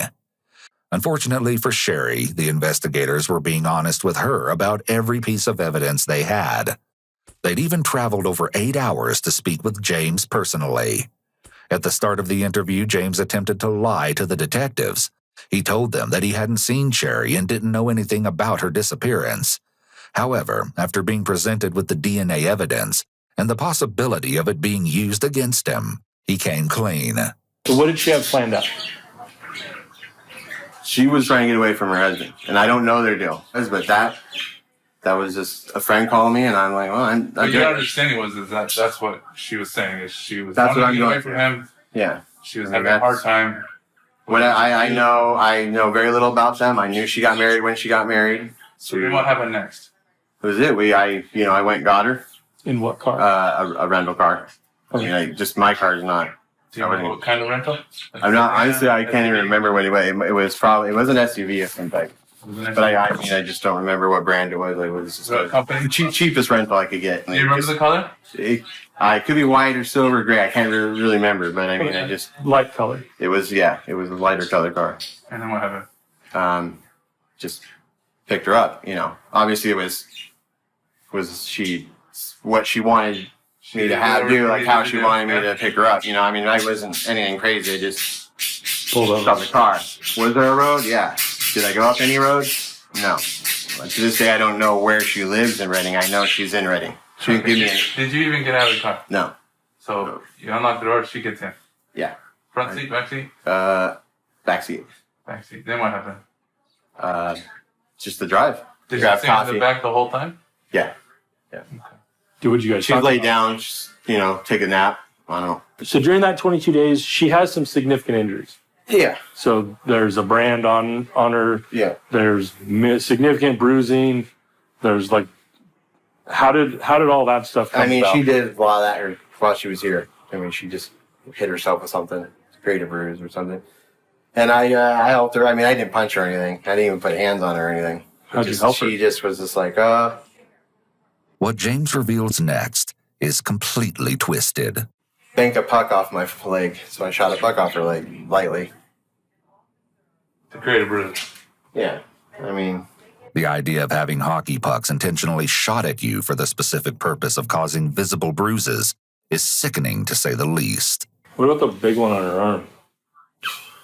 That would have been her. I mean, There's not too many people that say come up and hurt me, right? I played hockey. Right. When I fight, when that's like a thing, is no one's asking you, you're doing. But I'm not physical ever with women. I mean, it's just I just did what she hurt herself for some stuff here. You know, I was gone all day, 8-10 hours, and then some stuff I helped her with. What about the burns?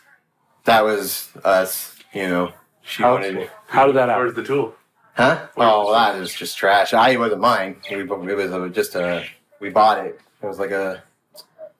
Where'd you buy it from? What do you call it? A wood burning tool. How did was she standing, laying down? Just sitting. Like, I mean, it's not. How do you brand somebody like that's asking you to do it? You know, I'm like I don't even know. So she's sitting like that. If you were sitting here, I was sitting on the ground too. You'd just be sitting in front of me.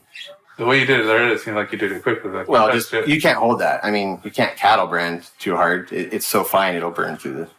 It was so hot, it was red. You also said at one point that she had a phone that she was looking up stuff. Do you know what that is, or? It was. She had a phone. Okay. What she had with her was what she had with her. Okay, but she brought a phone with her. It came down here. Yeah, I think it was a prepaid one, I'm not really sure what phone she had. I know she left a phone. Anything else? What about the window? Anything to deal with the window? Did she do anything with the window? The window? Yeah. Like on this window here in the room. I'm sorry. I was like, anyway. It was just there's just boards over it, so she couldn't see. There was no light coming in. She wanted to be dark. Who put the boards up? I did. I just screwed them in there for her. Where'd you get the wood from? I'd actually had it. It's from Home Depot, but I had it because I built a workbench, and it was just plywood. It was just 3 sheets of particle board or pressed board. On the way up, what rental car was it? What kind of car was it? It's like a Challenger. And that was a light Challenger. It was black or gray, dark blue maybe even. No, it wasn't blue. It was dark gray or black. Dark, like Dodge Challenger. Yeah, silver gray. And then you'd be gone most of the day, and you'd come back. You'd see different injuries on her. Not always. I mean, it was. Yeah. That stuff was more towards her getting ready to go. Okay. You know, how long of that frame is there? A day or two. I mean, we weren't doing that every day for 22 days. She was here. As she was planning up to going, she was going to stay longer. Was her plan. I don't know how long, but she couldn't be away from her kids anymore.